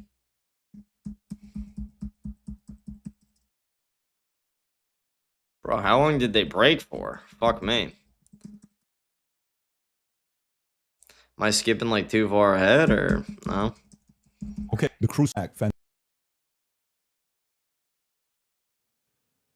Okay, we're back. Fantastic. I think we're back. By the way, just an FYI for those of you that are watching The Crucible, there's 30,000 concurrent there watching. Support Andrew Wilson. That's your fans of his. Click that subscribe button and helps him grow his business. If you're watching Candace, I think there's 225 to 250,000 concurrent right now. We'd like to see that 300, 400,000 number on there. Click that button as well. And really quickly, I want to explain why people like this person in the chat are retarded. I want to read their message and then explain why they're dumb. They go, you glazed Nick, but he sold out, little bro. First, the Kirk thing, now saying Goyim are dumb. Nick should just go to Tel Aviv already. Stop believing him on Kirk. Candace is right. So basically what you're implying is that I'm so dumb that I have to rely on someone else to get my takes. You may be that dumb. You may have to rely on Candace to get your political takes because you are a Goyim retard. I don't have to do that. I'm able to come to my own conclusions after watching the evidence. Every single day I sat on live stream watching the preliminary hearing. I followed the case. I'm smarter than you. I know more than you about this. You saying Candace is right without actually presenting any evidence shows that you are the retard here. And the Goyim are bad part. He's talking about people like you. He's not talking about every non-Jew to exist. He's not talking about people like me. He's not talking about people who actually have common sense and pattern recognition. He's talking about retards like you who don't know how to think for themselves and have to listen to Candace Owens to understand anything in this world. You have to listen to a black woman to get your political takes, and you are shitting on other people. You get your political takes from a sub-Saharan. Yeah, we're not the same. As well to subscribe and share it with your friends and family. And if you're watching it on PBD Podcast, do the same there as well. This allows us to have more conversations like this. The mainstream media hates the fact that we're having these conversations right now. Just so you know, they want to control it. This is free for all. This is what's best for the audience. That's why we like freedom of speech. Having said that, let's go back into the text conversation you were having, right? Okay. Let's stay there and then we'll go into the cross-examination stuff in about 30 minutes. Okay, that sounds fair. Okay, so yeah, I used basically 3 pillars for the totality of the evidence. Okay, so if you want to know exactly what those 3 pillars are, this is going to be the testimony with the text messages and the confessions. This is going to be the physical evidence, and this is going to be the totality of the summary of the case. Okay, so right now we're focusing on one of these pillars in my defense, which is fine. I understand that I have to defend my claims as well. So when we're talking about the messages themselves, they seem totally valid. I have no idea why they wouldn't be valid. And I have not heard any good explanation for why it is that these messages should even be questioned. The defense hasn't questioned them as far as I'm aware. Nobody has actually questioned that these messages came from Robinson to date, except perhaps you and other people who are kind of in that camp. But why should I question these exactly? I'm not sure. Okay, so first let's just go over legally what the point is of a probative hearing. The defense is not putting on, they're not there to say or to argue or to defend themselves at all. They have to address what is being presented by the state, okay? So they're not here to then say, let me give you an explanation for these text messages. Agreed. The relevant portion of what the defense did do was actually before we got to the preliminary hearing. I had mentioned that it was initially supposed to be scheduled for some time in May.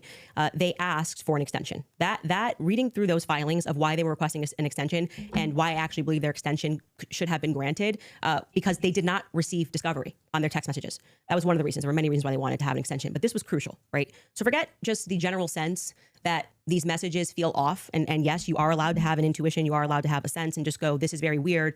We're being told this kid had like above a 4.0, Tyler Robinson. He wanted to get away. I think the text messages almost run head to head with themselves. Like he wanted to get away with it. So he thought the best thing to do would be to text a full confession of what he did, down to what I didn't even remember, saying, yeah, and that's also me in the surveillance footage. It felt a little too on the nose. People have common sense. You just don't text message. But then we're also supposed to believe that he put a note under because and burn this and get rid of the evidence. But don't worry about that because I'm about to text you a full confession. See, what would be more interesting is I want to see Tyler Robinson's Google searches from that day. And I've said this before, but yes, the text messages are very compelling. Text messages do tell a story, and the text messages are extremely incriminating. Candace does make interesting points that they do seem a little odd. You know, it does seem a bit odd, but I'd like to see his Google searches. Like, for all you know, this kid Google searched, are iMessages encrypted? Or, you know what I mean? Like, you don't know what this kid searched.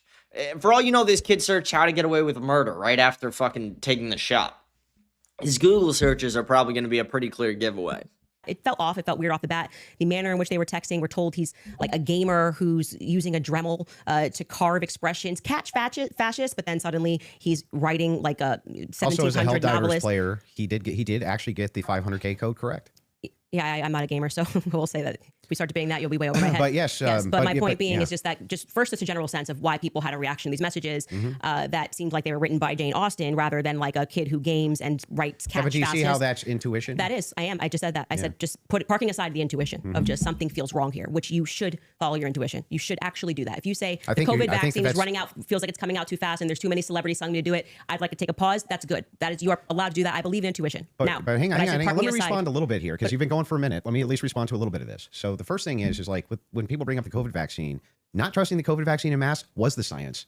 That wasn't just intuition. That was the science. There was tons of competing science. Now they tried to suppress it. That's true. But there was tons of competing science for why you shouldn't take a risky mRNA vaccine and mass and things like this. Kept telling us was now, when you're talking about intuition, though, when you say trust your intuition, I'm actually giving a different message. You actually should be very wary about trusting just your intuition. It is true that intuition can be useful, but it has to be tempered with logic, reason, explanatory power, and evidence, not just intuition. That's why we're parking it aside. Intuition is the first step. Something feels off, right? Okay. That was my first step with COVID. I don't like the way it's being pushed. It shouldn't require a celebrity campaign, by the way. Another element of that is why people don't feel good about the Charlie thing. Why do we have so many influencers saying things? It's over. Why are you guys all using the same adjective? Can you switch it up? I'm overwhelmed. I'm over. Because overwhelming is the right word. Overwhelming just means there's a lot of, there's a ton of evidence. There's a ton of evidence. There are people who say there's a ton of evidence. There's people who say overwhelming evidence. Again, you focusing on the fact that they're using overwhelming is the most retarded fucking thing ever. Just makes no sense. And then what was the other point? I don't know. She made another point, but it was also fucking stupid. Overwhelmed, like chill. Like you could say, I found some Kinda parts like compelling. I think they should go. Like I found some parts compelling. Maybe we Oh, should. wait, yeah. The other thing she was saying, she's like, oh, there's so many influencers. It's like, okay, what's an influencer's job? Like, what's a political influencer's job? Their job is to comment on every political thing that happens within the country to stay as relevant as possible. If you are a political commentator, like one of the things that holds me back is I don't comment on every single thing. I barely tweet. If you follow me on Twitter, you know this. I don't tweet a lot. I just forget to do it. You just don't. But if you tweet on, like Evan Kilgore is a good example, tweets on literally every single topic that pops up, no matter what it is, no matter if he knows about it or not, to stay relevant. These people just do that to stay relevant. Her being like, oh, all these influencers have something to say. It's like, yes, that's what they think their job is. They like, as a political influencer, technically their job is to comment on everything political. And this is not like some small thing. This is the assassination of one of the largest political figures in 2025.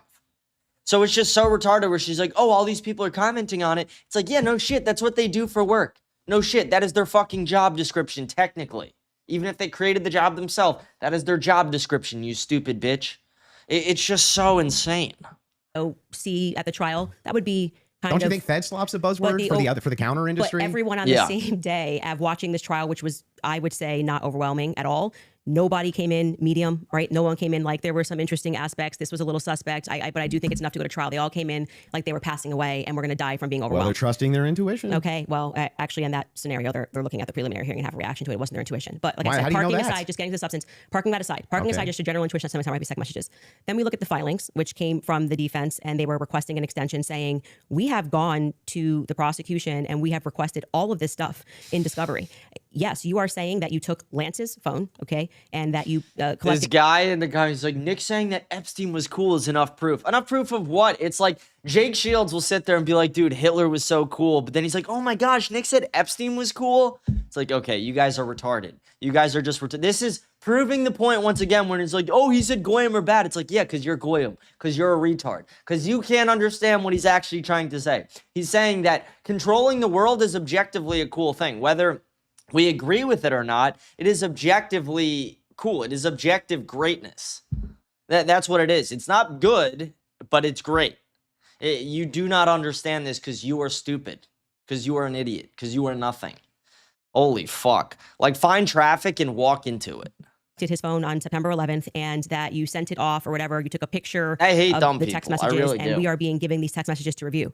Crucially, Kathy Nestor said, I have not even been given access to my client's phone during this hearing. She said, I haven't been given access to my client's phone.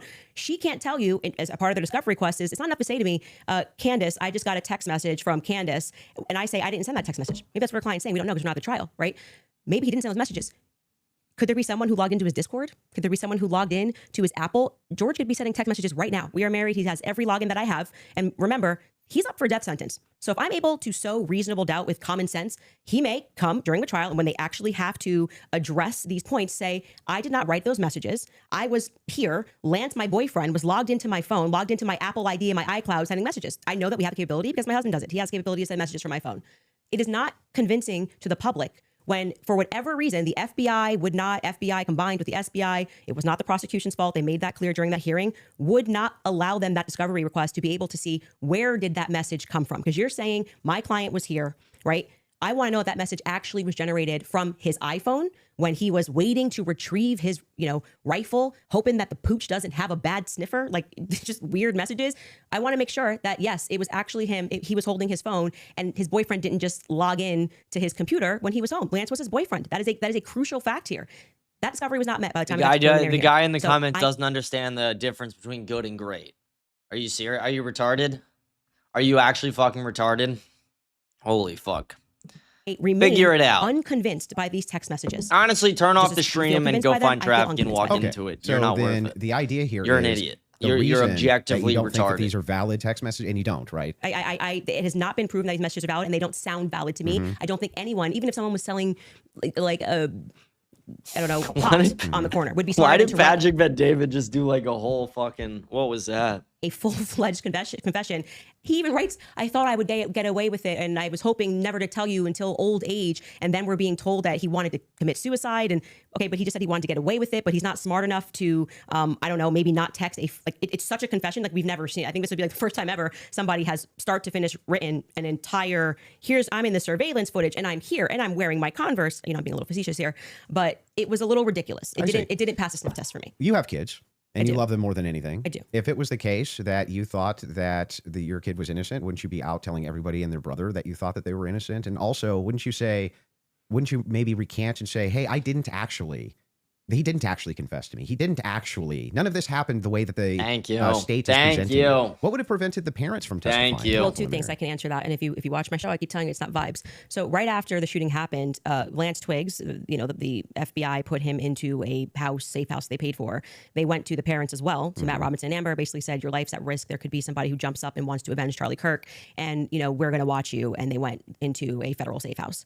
What happened next is that they started thinking that the feds were maybe going to, maybe not as honest as they thought. And how do you know any of that?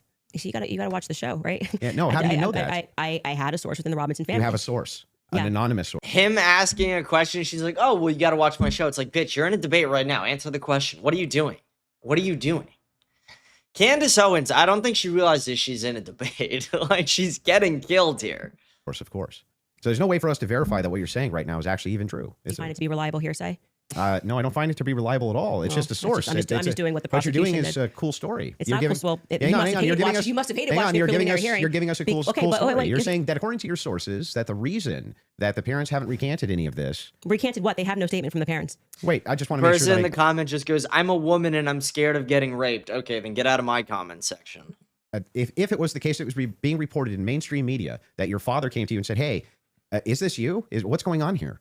And then he and one of his buddies took you in where you turned yourself in. You wouldn't go out and be like, no, that's not what happened. That isn't what happened, though. You're just wrong on this. Okay, maybe Yeah. I'm paraphrasing. So, What am I wrong so on? what is your, sorry, just so I'm clear, where is your evidence that the parents turned him in? Well, no, I didn't say that. You said I it does the with, mainstream media? I said with a sheriff friend. Yes. But the father did confront him, The father confronted what? Tyler Robinson.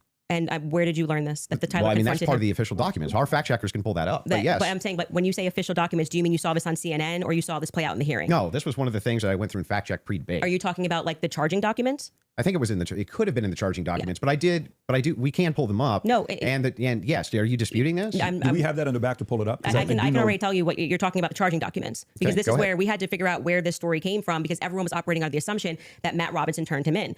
Until we got to the preliminary hearing and we understood, like I said, even for that, when you are charging someone, you can use hearsay. It's all probative, right? Sure. Nothing. So they didn't have statements. It's not like Matt Robinson, even though he was interviewed that night. Amber Robinson was interviewed that night by a Fed, separate rooms. Tyler Robinson was interviewed by a Fed. They did not produce statements saying, my son did this. I believe my son did this. But what happened was they did interviews. But also the crucial person here who you just brought up is Mike Mitchell. Mike Mitchell is the biggest unknown in this entire case. Everyone keeps saying they heard from Mike Mitchell this, they heard from Mike Mitchell that.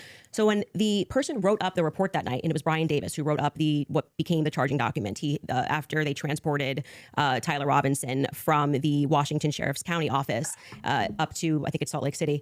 I think it was 4 a.m. in the morning that they got up there. He then writes the what becomes a charging document. So he's basically saying, we all spoke to a bunch of people and here's the information that we got, right? We've not seen that. So it could have come from Mike Mitchell. Mike Mitchell could be saying, I don't know how this negates the point, though. It Why wouldn't truly the negates parents? the point, because you don't have a statement from the parents. Yeah, you are going. Why wouldn't they just correct the It's not correcting. That doesn't misinformation? negate the point. The point is that we now got the preliminary hearing. If the parents were the ones who said, I'm turning my son in because he's I guilty. didn't say they turned him in. I think you're talking about the over. You said it's been the narrative. Everybody's known this. The narrative initially, which I think you agree with, was that, Matt Robinson knew his kid was guilty and turned him into the police station. What actually happened in terms of Sheriff Brooksby, who was present there and gave a press conference, what happened was this Mike Mitchell character essentially peer pressured him, and we can get a fact check on this. We can find Sheriff Brooksby's press conference, and he said, they know it's you, and you're going to come in peaceably, or people are going to be banging down your door. He was a undercover cop, which I don't like that. I don't know what he did undercover. It's very hard to find anything about Mike Mitchell, but he worked with them for 20 plus years, the police officers. The reason why Tyler Robinson knew him was because he lived nearby and he was also his Boy Scout How leader. does this negate that the parents could write this second? And by the way, if you have I'm the going to address evidence, that point. I'm just saying that your first point, which is that the parents did this. Yeah. We don't know that the parents. I didn't say that they did ever. It Well, never happened. you're quoting the parents as having said. You said that Matt Robinson said that his kid was. Did you say involved? I don't want to misquote you. Confronted him about Confronted him. Yes. And I'm telling you that we have not seen any evidence that is true. We can fact check that. Okay. Because we do have evidence. And I'm saying it's the charging doc, which could have been derived from a statement Mike Mitchell said. Two things I have ready in the back. One is the charging doc, and the Yes. other one is a video of Kathy Nestor saying she hasn't seen Tyler's phone. Okay, we can Okay. run Which Kathy to one go would you back wanna and see then first? just You go wanna see backwards Kathy to first? Kathy first in court saying she didn't get her client's phone. Yeah, and then I think we'll go to the. If you're okay with that. Thing not in dispute. These are all things that I'm not even disputing. Okay, so we don't And show it. We never get to the thing that I am disputing. Well, I was just providing an answer. We were coming back in from a break because you were talking about the text messages, something that you felt was concrete. So it was just my rebuttal to you that it's not concrete because they haven't had a chance to actually answer that. And she didn't even get to see your client's phone. So that's effectively, again, the state saying these messages are real. You don't get the discovery on these messages just yet. She will during trial. They will actually get Don't you discovery on think the that messages. would make their case fall apart if it was the case that they weren't able to actually pull the data off the text messages? Do you think the prosecution would go to court with fabricated text messages? It's called winners and losers. They may not be fabricated. But by the way, as what they are saying, like I said, if there was somebody logged into his phone, they may not be fabricated. That's the point. So let's get to They just could be somebody else. the parents fact check. That Yeah, was so the I other was one, saying, right? I believe what you're talking about was derived from the charging doc, which was signed off by Brian Davis. Let's see if that's correct. What are we looking at Robinson's mother explained that over the last year or so, I'm sorry. Can you zoom in a here? Is little this bit? the charging I doc? can't see it. Robinson's yes. father reported that when his wife showed him the surveillance image of the suspected shooter in the news, he agreed that it looked like their son. He also believed that the rifle that police suspected the shooter used matched the rifle that was given to his son as a gift, As a result, Robinson's father contacted his son and asked him to send a photo of the rifle, which makes sense with the text messages. Robinson did not respond. However, Robinson's father spoke on the phone with Robinson. Robinson implied he planned to take his own life. Robinson's parents were able to convince him to meet at their home. Yes. So this is proving my point. This is from the charging document, correct? Yeah. So what I'm saying to you is that 3 people got interviewed on that night. Mike Mitchell got interviewed, Amber Robinson got interviewed, and Matt Robinson got interviewed. Of the 3 of them, only one of them actually wrote a statement, which was referred to in this preliminary trial. He came in, I believe, in March, Mike Mitchell, and he wrote a statement, which I find to be very shady that they decided to bring. But why aren't the parents disputing that? No, well, first off, that's the question. First off, the parents are not going to ever play in court, play to the cameras in court when they have a legal team that is going to be advising them not to speak to the court because your son could go to prison but forever. They're playing to somebody else who's your source. I'm not going to address that. They're playing to someone else who's your source, but won't go publicly tell the media this is not true? Well, what I did not say to you that I just said I have a source, so I want to be very clear and take it from somebody who was involved and permanently sued. When I have to take my lawyer's advice, I mean, there's so many things that I want to respond to when people are speaking about. Yeah, but it's bizarre that they would utilize a source which would get the information to you, but wouldn't just go to the media and be like, actually, that's all wrong. I am telling you that you would nary find a lawyer who would advise you to go to the media. This mother, especially when you're. Here's the really funny thing about this debate. Tyler Robinson is going to plead guilty in about a month. Tyler Robinson is going to plead guilty to this murder in a month, and it's going to make Candace look retarded. And she's going to have to do the most generational backtracking of all time. Every Candace fan is going to have to find a way to walk it back. Candace herself is going to have to find a way to walk it back. It is going to be embarrassing. Most likely, she'll try and just double down. She'll try and say that he did it out of fear or some bullshit. But Tyler Robinson is going to plead guilty to this murder in the end, and that will be the nail in Candace's coffin with this investigation. If I thought that my kid was up for death, if I thought that my kid was in any way, shape, or form going to be up, you couldn't shut me up. Or my wife, she would be like, "That's not true. That's ridiculous. There's no possible. That never happened. These people are lying through their teeth. They'd be public whether you like it or not." Yeah, that's for you and your wife. But when a judge issues a gag order in a case and your son is up for death, and your lawyers could be advising you that if you say anything, you could blow the case, you would have a more responsible consideration. I see. And we're speaking opinion here. You're like, well, I wouldn't care. I'd violate it, and I'd violate the judge's orders and see what would happen. If you have a source, it seems like they're violating it with them. I'm not speaking to a source, but what I am saying to you is speaking just relevant to what this is. We have not seen any proof that statement that is included in this charging document. I think it is highly likely on the basis of the preliminary hearing that all came from Mike Mitchell, and Mike Mitchell would be a part. He's based saying, on the statements of. So she's just assuming? The parents told me this. The parents could dispute that. That's going to come down the line, right? They're going to be able to seat the parents. I will say this, putting together context clues, if the state had it on, 100% certainty that Matt Robinson and Amber Robinson said it, a 5-day preliminary hearing would be a good time to say we have enough evidence, and I can tell you why Matt Robinson made this statement, and here is his statement that he signed. That would have been a good time to present that evidence. Yeah, but again, they're only trying to get it to trial. They're not trying to convict. They're not going to give all their evidence. They're just trying to get it to trial, not to convict. That is the point of a preliminary hearing, Candace. You don't give all your evidence. You just give enough that shows that a crime happened and the defendant may or may not have been involved. That's literally the only thing you have to prove. That a crime happened and the defendant was some way involved in some manner. That's all that needs to be proved in a preliminary hearing. For them to present all their evidence would be retarded. It would be overplaying their hand. It would be a good time for the defense to say that's just totally fabricated. No, it's not. It's the wrong time. Why couldn't they? That is completely the wrong time. Why couldn't they? Because what they're doing is they already said they didn't receive discovery. They literally can't. They literally can't because they can't. They did not receive discovery. You're saying that they didn't receive that information? No. They just received the text messages. But in order to... That's not the text messages. The probative information. Yeah, we're talking about the information that we just reviewed. That's not the text messages. They never presented it. The state never put it on. Yeah, they didn't. The defense could easily still have presented this, yeah? No. They could have said they're no, they're not allowed to? Are you sure? In a preliminary hearing, yeah. the defense is engaging with whatever evidence the state decides to put on. They did not put this on as evidence. Brian Davis was up there. They also could have objected to the statement and line of questioning. They didn't, by the way. So they're not allowed to present anything? They're responding to the state's evidence. I'm asking, are they allowed to present anything? They are allowed to say... Like if there was a conspiracy that they could prove right then and there, would they present that in one of these hearings? No, it wouldn't be the right time for that. I disagree. I think that they not only could do it, but they would do it. In fact, when I talked in depth with my attorney, they said that's exactly, if you had actual evidence that there was fabrications by the feds, that's exactly when you would introduce that. So when in the document that they filed yesterday or a couple of days ago, the appropriate, like what you're doing at this stage of the hearing is the state is saying we have enough evidence that we think this needs to go forth to trial. Hence the reason that there's this extraordinary, we allow hearsay because it doesn't really need to be perfect. It can be enough that we feel like we can move forward, right? And okay, I disagree with that in general when somebody's rotting in prison, but whatever. The next phase is for them to meet in court and for the defense to essentially present an argument to the state that says, we find this filing to be defective in and of itself. We don't even have to defend ourselves because you, the state, have enough, you know what the laws are on the books, and this filing is effective and you should get rid of these charges because they don't make sense based on what you can decide based on a law on the books. So then that's why they then file the dismissal, right? So in the dismissal, what they're doing is they are engaging, and this is what was widely misinterpreted. Well, yeah, they're engaging as though, as it's a hypothetical. If this is hypothetically true, then so they're X. saying all of Yeah, these but charges. I'm not disputing any of that. So that's what you're asking, why you're saying, could they just what put I'm out- asking specifically is like, who could shut parents up who are like, no way, there's no possible, this never happened. This is ridiculous. They would be shouting it on CNN.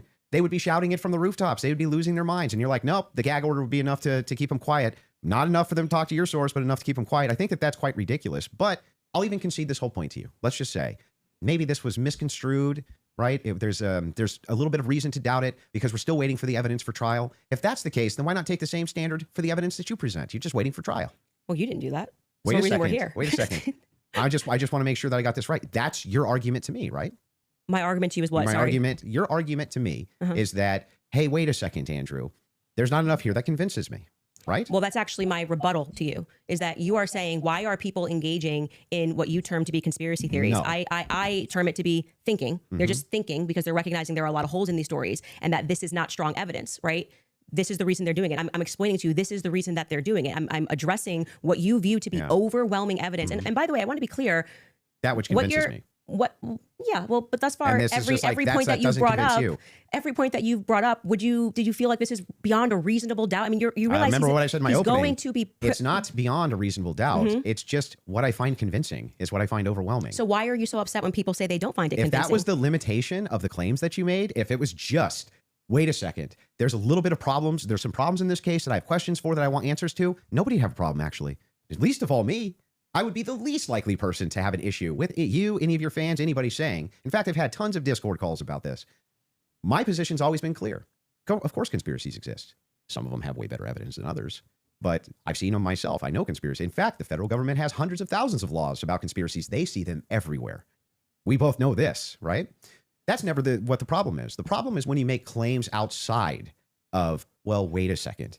I'm just questioning evidence here. I'm just questioning what the state's case is here. I'm just asking questions. It's when you make claims outside of that, where you claim that there's good evidence or good standards you should believe because, and then it turns out that it's all nonsense or it's wackadoo stuff or it makes no sense. And when we have a chance to cross-examine your evidence that you've presented, I'm going to show a lot of that. A lot of this conjecture that's based on literally nothing that leads from no inferences whatsoever. Like you couldn't even infer it logically.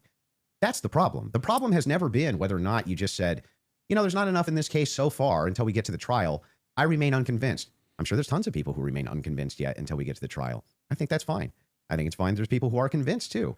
That's never been my problem. My problem is the claims which are external to that. Okay. I'm not sure I really care if you have a problem with what I think in my own spare time. I don't understand this like lecture that you just gave. But beyond that, what I'm saying is that the state is allowed to use. This is what my problem is. You guys are not like, yeah, you guys think while it's still legal. You can. You are allowed to do that. So, but anyway, going back to you saying I wouldn't have a problem.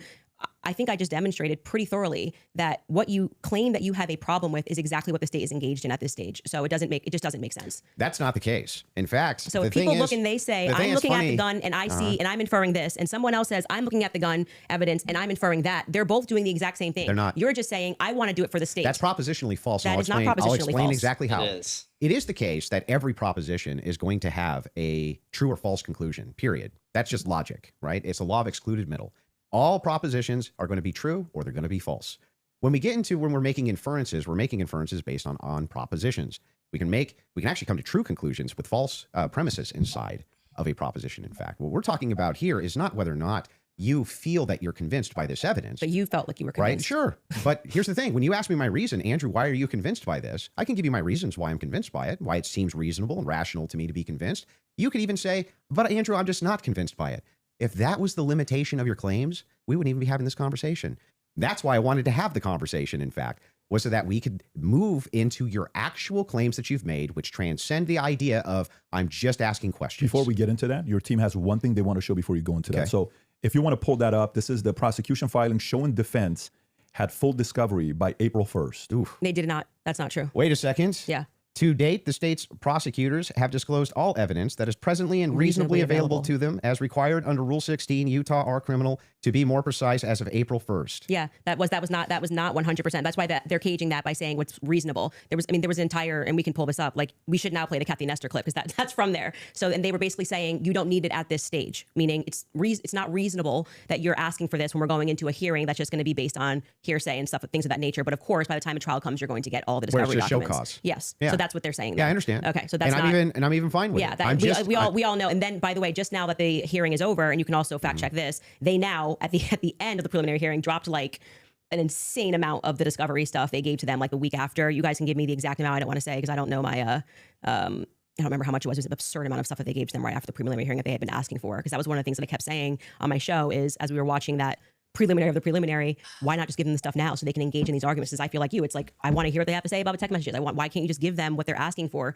so that they can actually engage you? And it didn't happen. So, but the judge ruled that it wasn't necessary at this stage. And that was the whole point of that because it's preliminary to the preliminary. Yeah. Would you like to play the Kathy video? Well, he's saying he's not disagreeing, so I don't think we need There's to. no point here. There's no Okay. disagreement All right, that she said that. Yeah.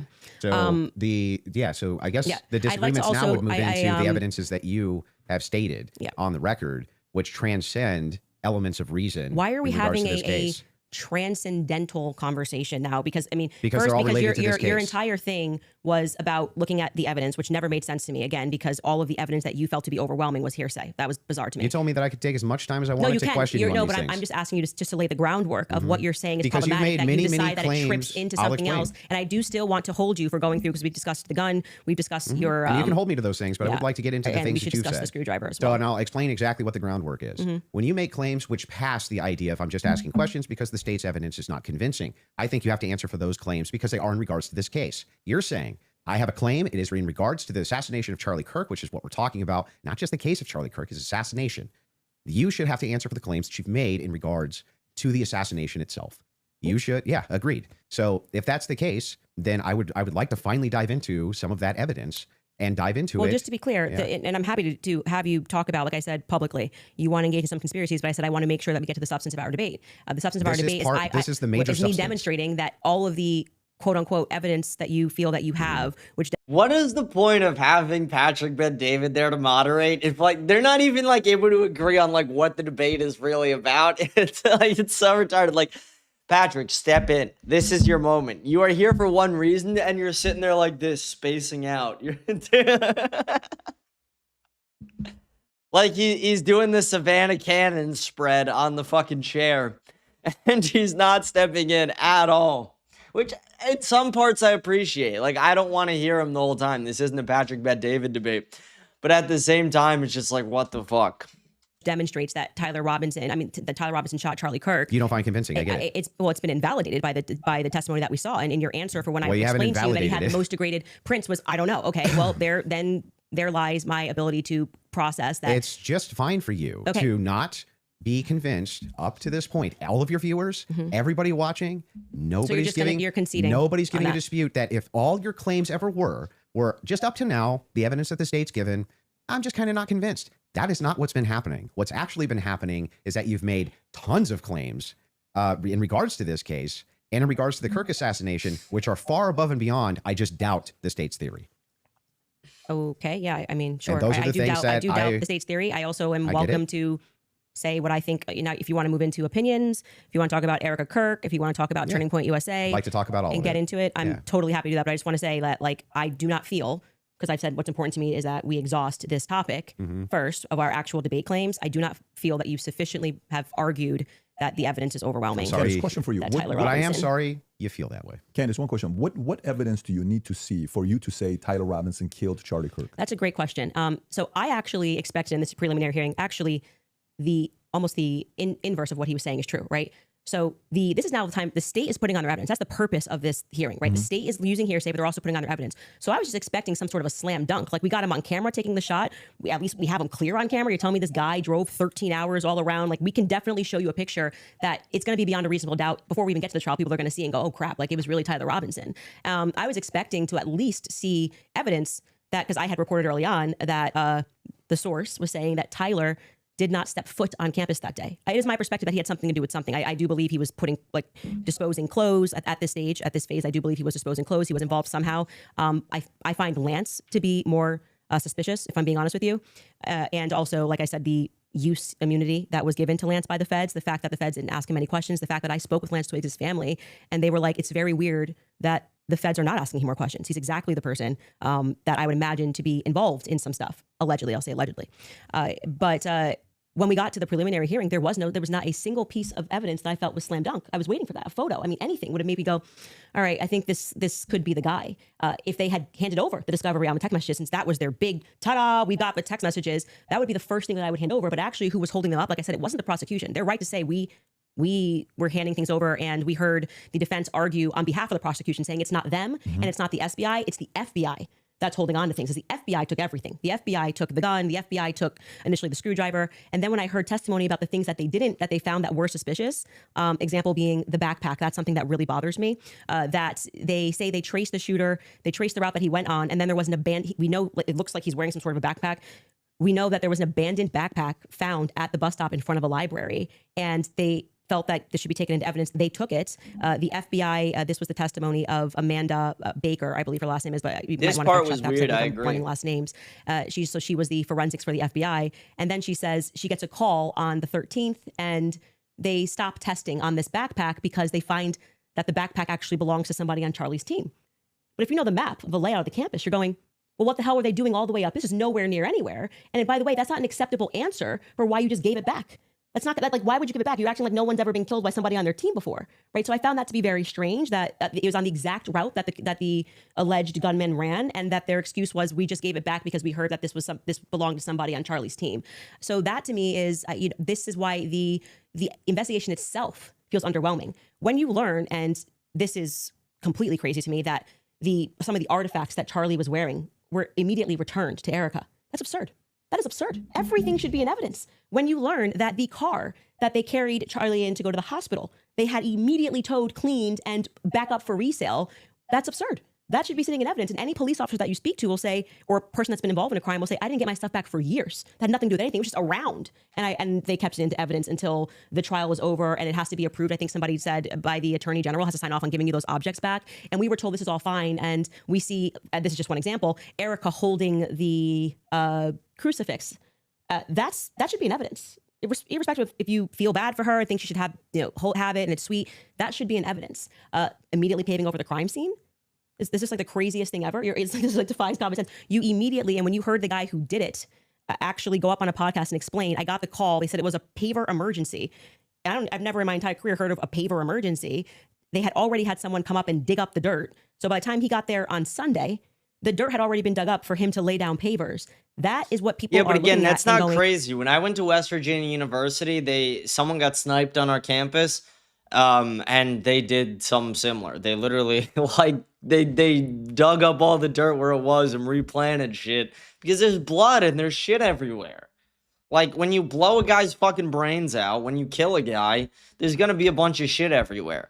And when you have kids going to class and kids walking, like, you don't want them to see that. When I was in college, they literally did that, and, like, we didn't think twice about it. They do that here, and it's, like, the craziest thing in the world. It's like, no. I get why you'd ask questions, because, yes, that makes sense, but that is just something they do to make it more livable, because it's a school for kids. Like, we forget, like, just because they're 18 and they're technically adults doesn't mean they're not kids. These are kids. These are 18 to 21-year-olds. They don't need to be seeing that shit. It's just common sense at a point. There needs to be answers for why this was done. And he tells us the call came from the feds and the governor's office. UVU's washed their hands of it. And what he's saying sounds true, because we heard during the testimony, one person described the regions of who was in control of everything. Mm-hmm. The feds were in control of the courtyard. So in order for anybody to have paved anything, that was federal territory, so to speak. I'm maybe not using that in the best cop term, but the feds were in control of the courtyard. So these are things that I think should be answered for. Why are we doing things differently than you would in any other criminal scenario of keeping the evidence until we know more, until we're confident, the various decoys. I did it. It just doesn't look right. Okay, so go back to the question. So what would you need to see for you to say? Something, if they had, I was expecting, here we have him, he took a shot, here it is. And then I'd be like, great, a clear image of him on the staircase where I'm like, that's definitively Tyler Robinson and he was on campus. We got nothing. We got literally nothing but hearsay of people saying. But you basically get no case.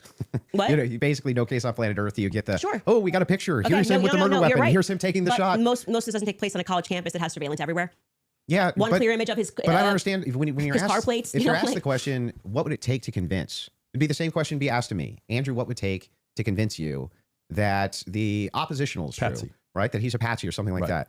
Just good, clear, concise evidence that's been presented, right? And is being presented that I could go through and link all together to see if there's actually some clear picture of there being a patsy. That's what it would take for me. Okay. Just a good, I don't disagree with that. We haven't heard the defense just respond. a good evidentiary standard. And then of course I would change my mind. So just to qualify this. So there is a possibility in the next few months that you may come out and say, guys, it's done. Tyler killed him. Yeah. So you're saying yesterday. Yeah. I think it's very important for the audience here. That from Without question. For you, is there anything that you could see for you to say, yeah, this guy was a patsy? Of course, I'm going to always follow evidence. Perfect. So my whole thing is just this. It's really important to me.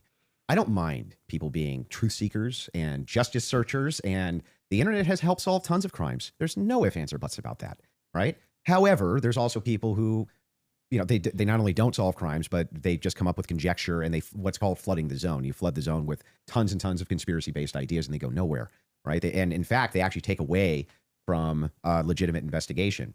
Now, I'm not even saying anybody here is purposely flooding the zone. That's not even the claim. All I'm saying is that the claims made absent, this is just me not being convinced by the state's evidence. Those become claims, and claims have to be defended. Just like mine have to be defended, yours have to be defended. And that's what we're going to get to now, yeah? You want to get into it? Would you guys like to take an ad break? Let's take an ad break. And then we'll talk Erica Kirk and Holy TP fuck. I get it that, Candace has got to get her 500K for this debate, but the multiple ad breaks. And the conspiracies that have been conjectured by Candace Owens in regards to this case in Charlie Kirk assassination. Folks, we'll take a 3.5 minute break and we'll be back soon. 3.5 minutes. You guys, you have leaks. Holy fuck.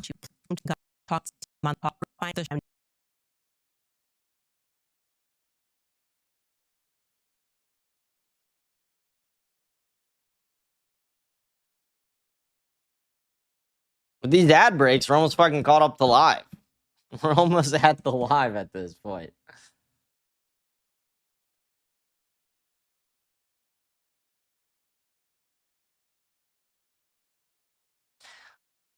But the debate is just hectic. That's the thing about it. It's like, what was the point of getting a moderator if the moderator's not going to do shit? What's the point of having Patrick Bet-David just sitting there? He's like sending fucking emails on his iPad. Like, what's the point of having him there if he's not going to do dick? Okay, so we're officially back. Andrew, before we go into the other issues you want to talk about, is it fair to say you're good defending your position of the overwhelming evidence?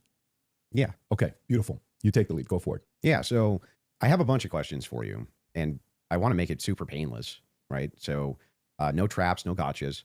I'm just going to ask them direct, and I think that as long as they're not loaded, if they're loaded, you should not respond yes or no, but as long as they're not loaded, if I just directly ask them, I'm hoping that you'll just give me a direct answer. So here's the questions that I have. Wait, before we get into that, I would like to just reply to that. Mm-hmm. So just to be clear, we agreed to debate our claims, and then I agreed publicly that I have no issues having a conversation with you about other things that I've discussed that were outside of the court hearing and things like other evidence that's come across our lap and things that we've been speaking about. But I just do want to make it clear to viewers that for whatever reason, you think that you have a right to sort of depose me. I'm not deposing you. I just want to ask you some questions. You literally said that I want to be able like to question such a cunt. Like, just have a conversation. He's asking you just so we can establish a baseline.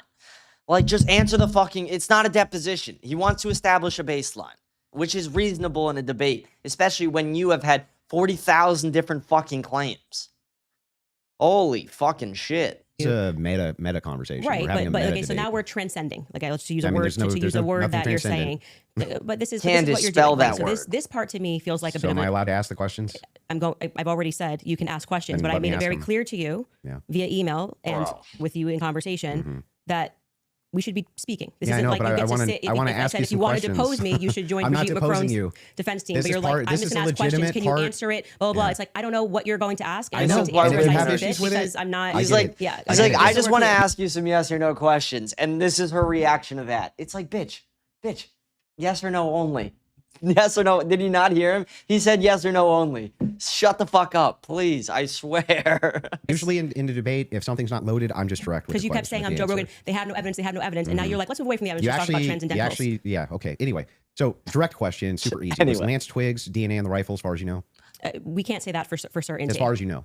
I already answered that in the first part. We can't say that for certainty. I told you the context of which they spoke about those things. So It was- no, as far as you know. We can't say that for certainty until we know what other the 5 sets of prints were So on that there. would be no, as far as you know. We can't say that for certainty. You can say no, as far as I know for certain. We can't say that for certainty. I actually You Bro, can't say that. Candace is retarded. Candace is so fucking dumb. Holy shit. Holy, it's really just so like you can look at the way he's looking at her. He's like, bitch, are you serious? For No. certainty. if your energy here is going to be like you're my dad and you can tell me how to speak or what I'm supposed to say, you're just going to come up against the wall. I'm Okay, familiar with but- this debate strategy. but I like, am just yes or no, telling yes or no, you. yes or no. We're not debating anymore. We're having a conversation. So I already addressed that in the first half of this about why. No, we're still there's- definitely debating. This is still. no, it's not a debate. This is Now inclined this to is your. you saying I want to probe Yeah. things that sit outside of the evidence. I actually already That you've addressed this. stated. You asked me. Uh-huh. You're not going to go like where you're Okay. sitting and I'm on trial. I'm not on trial. Okay, great. So let's you talk can about have a the. conversation Let's as talk we've about the agreed French. to. Let's talk about the Foreign Legion. Sure. Was the Foreign Legion, do you believe, trying to kill you? Yes, that's why I reported it to the correct officials in government. That's what I was told, and I handed over that information to Tulsi Gabbard's office. What's your best piece of evidence for that? Well, it was Positive evidence. It was told to me by somebody who is high up in the French government. I passed off that information to Tulsi Gabbard's office. I also passed it off to Trump's office, Donald Trump's office.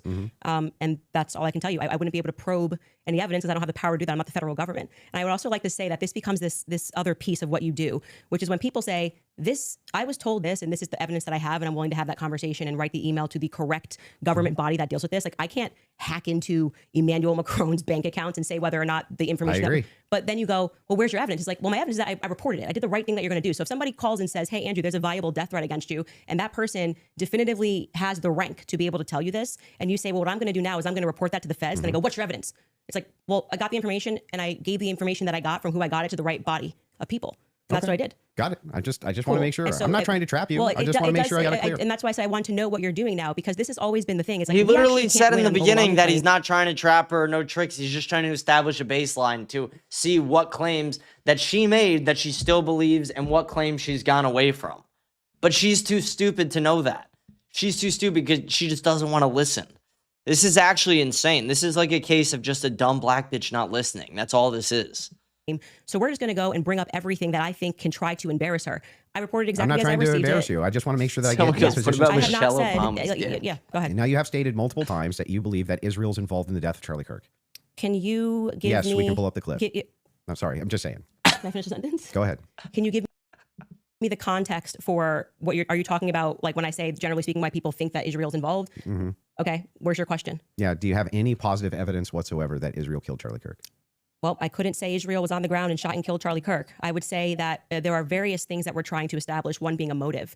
And since I don't believe that Tyler Robinson and his transferee is a convincing motive because he was fired up about politics, which Lance testified that he never spoke about with him, nor do I believe that he was so into LGBTQ issues, since Lance testified they never spoke about LGBTQ issues, that he stopped and ate at Chick-fil-A, which if you are into LGBTQ issues, wouldn't be your lunch before you go kill Charlie Kirk for LGBTQ issues, because, Yeah, but do you have positive evidence? I'm answering the question as I feel like I want to answer it. Like I said, you don't get to for an hour and a half. But the question I'm questions and asking is tell me- about positive I'm evidence. telling you that in any case, establishing a motive and and again, I already explained this at the top of the show, but the reason why people find Israel to be an interesting question is because truthfully, Charlie's perspectives were changing on Israel. Sure. And he was starting to realize how much pressure was being put on not just our government to constantly fight their wars, but also being put on his organization personally.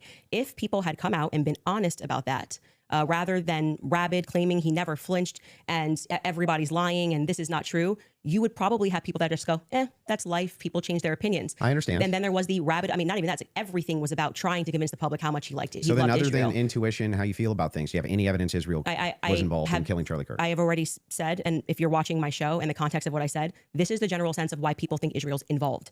Nobody has made the claim that Israelis, there were also, obviously Ian Joe Carroll Kent. made the claim. Well, Joe Kent, who I think would have the right to assert it, noted that there were 12 Israeli cell phones on the ground that day. I think most people would like to probe that. Now, it could be maybe they were students, and they were Israeli students in Utah that day. But we'd like to probe that narrative because what we've seen after coming from the Israeli government, the Israeli prime minister, kind of denying that he did it, which wasn't really necessary. He was quite busy. The phone call that happened, which no one wants to discuss in the Hamptons the week prior, or not the week prior, I think it was around August 5th or 6th that took place.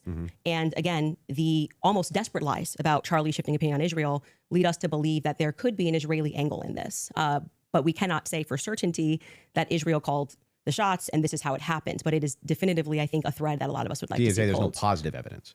Whatever you want to say, however positive, negative, however you want to say it. Well, like positive evidence I can just would have be a conversation. material evidence and other evidences which would what point we've you said to is on our show is what we've said, which is this feels like a conspiracy building. There's no reason to lie about these things, and yet people are lying. BB ain't acting right. The Hamptons thing was weird, and the way they tried to shove the Israel narrative down our throat immediately. I mean, the day he died, posting a picture of him with an American and Israeli AI'd photo on the president's feed doesn't feel right. So, Do you have any evidence that Erica Kirk or TPUSA participated in the murder of Charlie Kirk? I've never said they participated in the murder of Charlie Kirk, so how could I say that I have Holy, evidence they participated you stupid in the murder of Charlie cunt. Like, Kirk? that's just such a... Saying, oh, I've never said that Erica Kirk participated. It's like, bitch, you've implied it every fucking day, though. It's so retarded. So then you don't believe that they did? I never have said that statement, so I'm not going to get you to ask me personal questions about things that I've never said on record. Okay, fair. Your team is sending messages. So why on don't you that saying they have establish a what you video they do want to play. believe, Okay, then, go ahead. bitch? I don't know what the video is.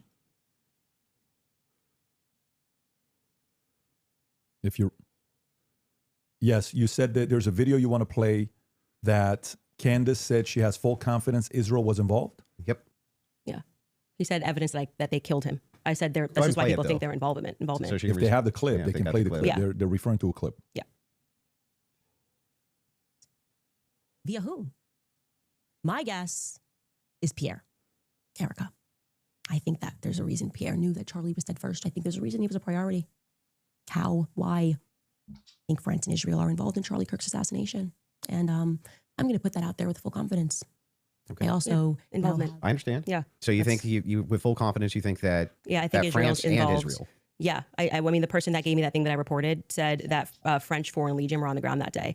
Again, this would be at a professional limitation for me to then go and probe that information that I handed over. I can't do that. I'm not But the you don't United have States any government. positive evidence of that, right? Liz, I don't. Can you just stop? It's actually just like annoying to hear you keep saying positive evidence. I've just asked me what I think, and I just tell you, yes, I think Well, they are that's involved. a claim.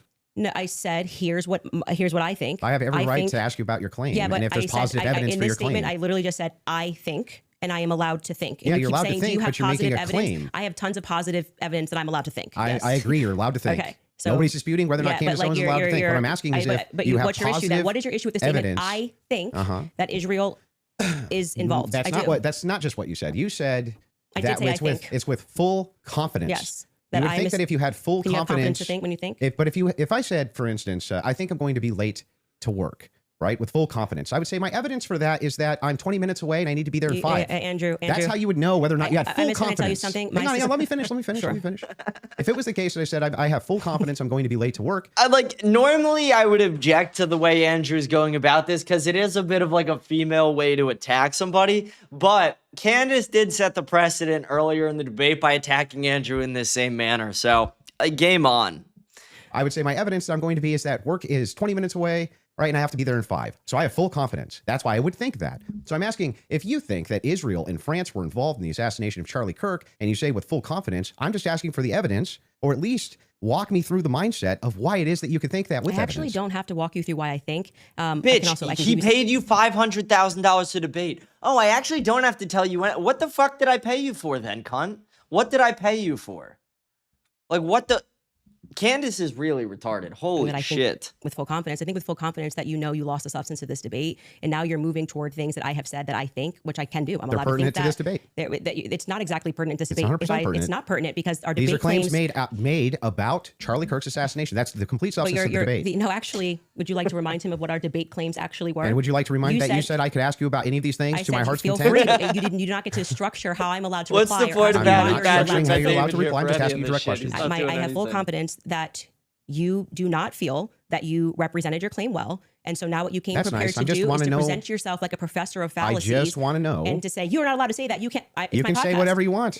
Well, I Nobody's said it. disputing that. It I'm seems asking- like you are disputing I'm it. asking I think that specifically when this why is you all think said that. and done, I've already explained to you. I explained at the beginning of this Mhm. why I think Israel is ultimately going France. to be proven to have involvement in this. Mhm. I just explained to you in the middle, and now you're wanting me to structure the sentence or provide evidence. You don't have to. You're just allowed to think. And I've explained to you my thought process. I don't need to structure it in a sentence. If you feel like a professor today, you picked the wrong day. Don't you think that like tens of thousands or hundreds of thousands of people would want to know what Candace Owens' positive evidence for why it is No, I that don't- Israel and France were involved in the most traumatic public assassination of Gen Z's lifetime is?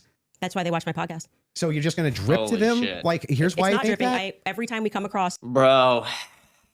Andrew, you might just have to hit her. I don't know. any of these discussions, they're watching this in context and they know why I'm saying it. So, for example, when you're bringing up, well, Candace, where's your evidence for France doing this? I just told you someone who was high ranking in the French government, right? Who's nameless? Of course. Of course. Of course. Of course. But So there's good reason to so it's not a doubt this? conspiracy, though, if I then took it to the federal government. Like, you can't just go out there making a claim to the federal government. You get in trouble for making false statements and things of that nature. So, and then you go, well, I'm going to probe that. Well, how can you probe that? This happened I to can me. ask you- well, This that's is not my what I'm probing podcast. specifically. This is my podcast. I'm sharing my life and my experiences and what has happened to me. And you're basically coming in like you're going to, regulate how I'm allowed to say Nope, it, if I'm I'm not allowed trying to to say regulate it. anything. I'm asking you're, very you're pertinent sounding a bit questions. like a professor trying to regulate and say, Candace, You sound very can't say, I defensive think. and like you just don't want to answer questions. I did answer your question 3 You times. I just literally- didn't say it in the way that you wanted you me to just say so it. obfuscate and you run away so from it, but I would like retarded. for you to Let's just actually go through focus every on it. clip that you guys have prepared because it's pretty. I think with full confidence, people will recognize the strategy that you're trying to employ. So let's get to the next clip you have prepared. Sure, they can pull up whatever Yeah, clips they whatever want. it is yeah. that you guys have prepared. So let's go. But I would still, on this point, I just want to make sure that you have full confidence that France and Israel were involved in the assassination of Charlie Kirk. I think in and the you end, have no evidence for it at all that you'll give us. Well, I already did tell you where it came from. Like I said, I can explain it to you. I can't understand Did it that for same you. So if higher you up need tell to, you if you that need he was to, going to kill, or that France killed Charlie Kirk, or just that you were in danger? they said that the French Foreign Legion was involved and on the ground that day. I've already said that. You just don't like hearing it. No, Candace, just out of curiosity, Yes. when you pass down that message to a Tulsi or Trump, Tulsi's office, yes. Tulsi's office, are you giving them who told you that, or you're just saying, here's what I heard from and somebody? I have this information. Sure. And of course, if they wanted to open a file on it, which I thought was quite mysterious, that Trump's office never got back to us. It was kind of weird about maybe they're not the correct office to. I did receive a response from Tulsi Gabbard's office, but I don't think there was ever any investigation into what I Got said. it. So the call was, hey, I've been Emailed. told It's- the email. Yes. Email was, I've been told I have somebody is- information, that the French Foreign Legion was on the ground during Charlie's assassination, and that it was a lot of information, but Well, you didn't give specifics who it was from. not in the first email because I figured they would Perfect. Yeah, So if they do contact you, 100 are you yes. comfortable giving 100% who it is? I would absolutely give them as much And information can I as ask a possible. question? If whoever's the U.S. government, why are you not? Yes, it's very strange to me. You know, so if that's the case, now they may respond back and say, we did, that's their position. I did. I'm That's not why I involved. did it in writing. And so I'm glad that's the case Yes. because so if they And do right ask away in you, Trump's office, his Margot got right back to me. She said it was on his desk, so he has that. There's no. and if you do say that and they contact that individual, obviously you don't have to leak your sources here. Is there enough credibility where that person would be willing to talk to them and explain to them exactly what their sources are? Yes, Okay. I mean, it seems reasonable. And so why he's asking me to defend that is like I'm not. Never I did. think those are two different things. That's more Two something I'm totally asking different to say, claims. why are they not reaching out He to wasn't you? even asking her I've to asked that defend many it. He times just on the- asked her if it happened. He just asked her if it actually happened. podcast. What do you think about that, Andrew? What? The fact that she emailed, she gave it, and nobody reached out to want to contact the They source. that probably she's willing didn't to think it was share. actionable, is my guess. But even if they did think it was actionable, great. Every lead should be followed up on within the confines of what's rational and reasonable. Is it fair to say that this is maybe a different individual because this is a person that was involved with TPUS Well, we and had a don't- relationship with Wait, Charlie? who? No, her relationship. Like Yeah. this isn't just anybody. So if an average person sends it, yes. Yeah, but I mean, we don't know who the source is. We don't know any But of then this. if you were in that department, wouldn't you want to, even you assign it to one of your There's guys no to guarantee say, they didn't look into it. How do we know? We don't How know. could they? No, They how didn't could come they if get she didn't give it the to them? information, more of the information, because it And was a by the way, long thi- file. Yeah. This is a separate, this Did has you got send nothing to them do the with the guy's debate. What do you This is mean, more how on- could they have? The fucking NSA has every email you've ever sent. They probably have just the keys you've typed and then delete it before you press send. How could they have this information? How could the federal government have this information? Candace, they know the color of your nipples. Are you retarded? Well, I sent the email assuming that's you're saying like you go and you make a report. You think they're going to come back to you and say, hey, what's more information? We're investigating this, and that didn't happen, and which is what I raised. No, I I'm found asking, that, did you send especially the source because of the this was at claim? a time where they were saying that they wanted to explore every possible lead. I even texted Dan Bongino. But so, did you- so actually, it was three offices. Let me ask the one question and then executive I'm gonna come to office, you. Dan Bongino, and Tulsi Gabbard's office. Okay, so a follow-up to that is the following.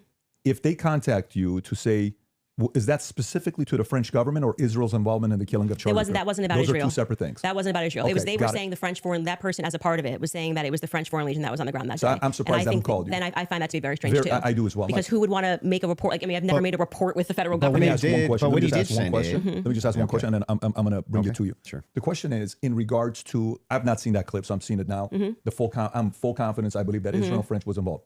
Is that also based on a source that somebody told you that Israel was involved in the assassination of Charlie Kirk, or is that a gut feeling?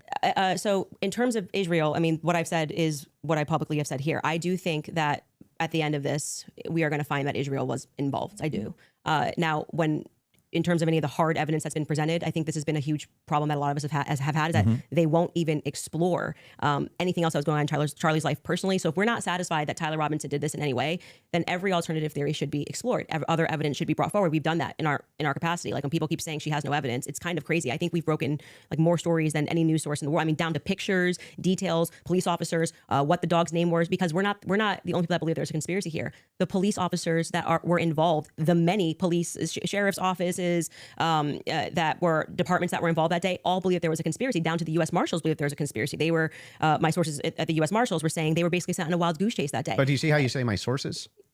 I'm not allowed to have sources. Well, the thing is funny. So is CNN allowed to have well, sources? hang on. I that have we can't- sources. If I said I have sources that claim none of that's true. In fact, my sources claim that her sources are lying. My sources claim that none of them believe that there's a conspiracy. My sources claim all of them really think that Tyler Robinson was a lone gunman. If I just said that as a hypothetical, wouldn't you say, what? Yeah, I think what probably adds weight is like then when I drop photos of the car that no one was supposed to see, people go, okay, her sources are legit. So, and then when what I say is then proven in court and nobody knew those things, people are recognizing that my sources are legit. When I say Charlie was scared in the last days, and then I dropped the text message, which you've just learned about a couple of weeks ago, of him saying he was leaving the pro-Israel cause when everyone was lying about that, then they say, I think Candace's sources are legit. Yeah, but So that's a I think what's retarded happened is saying he was leaving the pro-Israel cause. He wasn't leaving his evangelical beliefs, his biblical ties to feel like he has to love Israel. He was probably just not a big fan of Benjamin Netanyahu. Like, the fact that Candace can't put this together, again, just shows how retarded she is.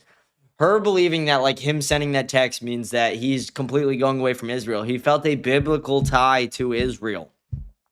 He was maybe going away from the Likud party or from Netanyahu specifically, but even that is not even proven. But you could convince me of that. You couldn't convince me that he was leaving his evangelical beliefs because there's nothing showing that.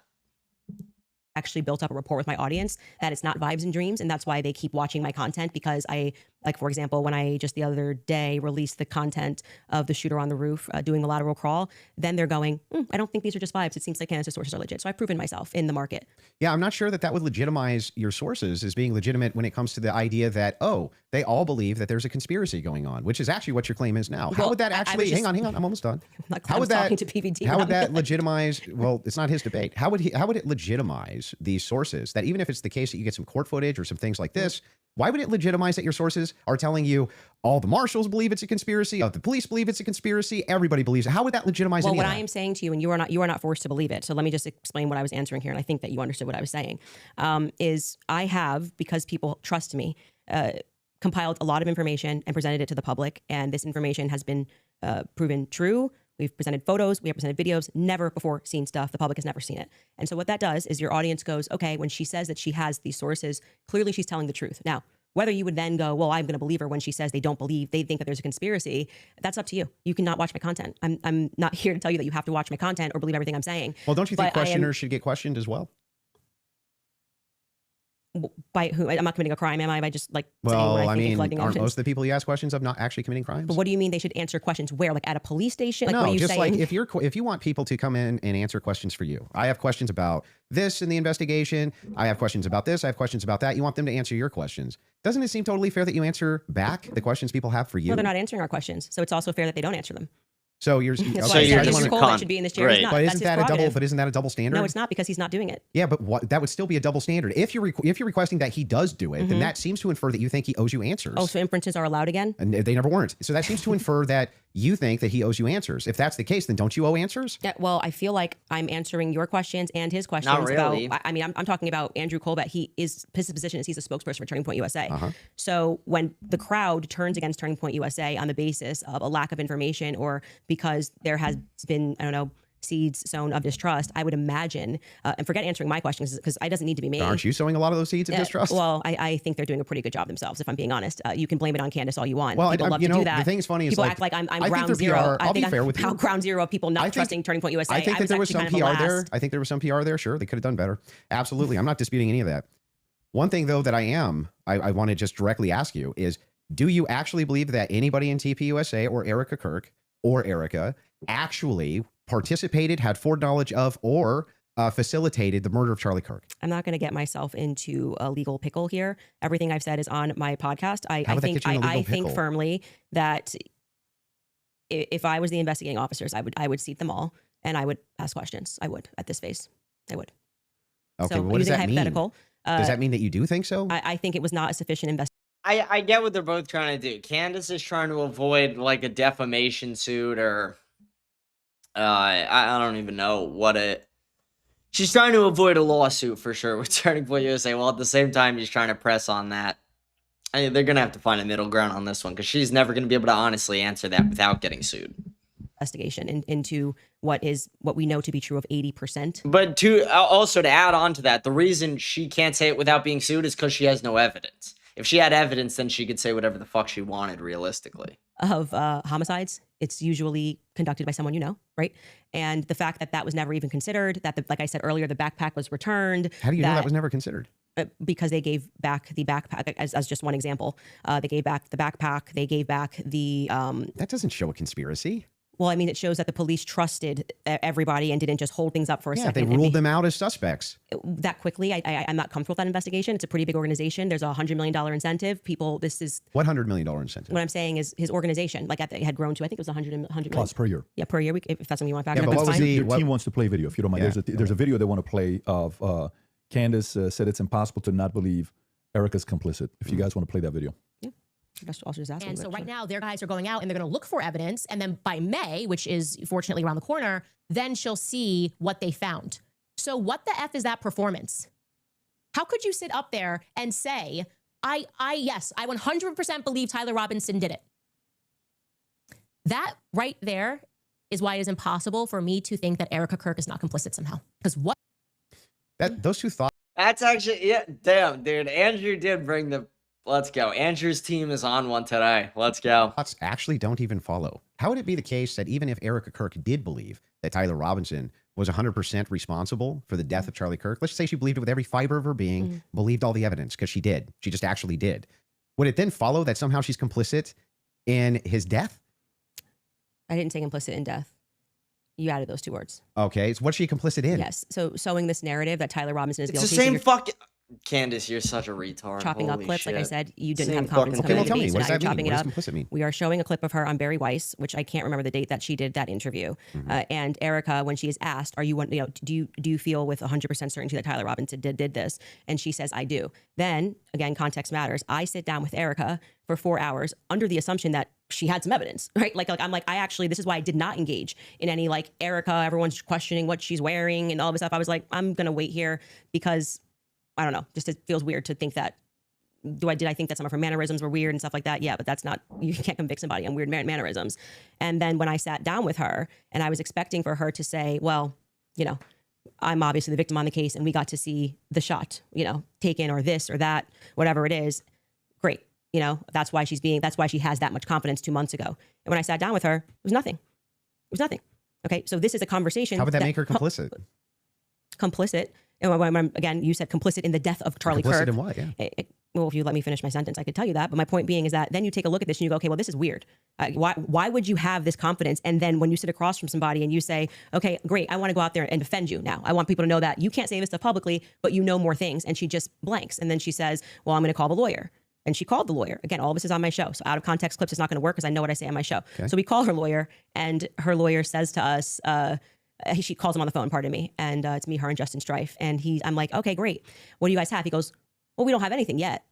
We're not at that phase yet. And I'm like, well, what do you mean you don't have anything? And he says, well, don't you know how it works? It's a probable cause hearing. So basically the state says that they're going to bring this forward. And now our people go out and they look for the evidence to assert that Tyler Robinson is guilty. And so I asked her directly, her lawyer directly, the phone's in between us. I'm like, wait, so just so I'm clear, you haven't seen anything that the public hasn't seen? And he says, no.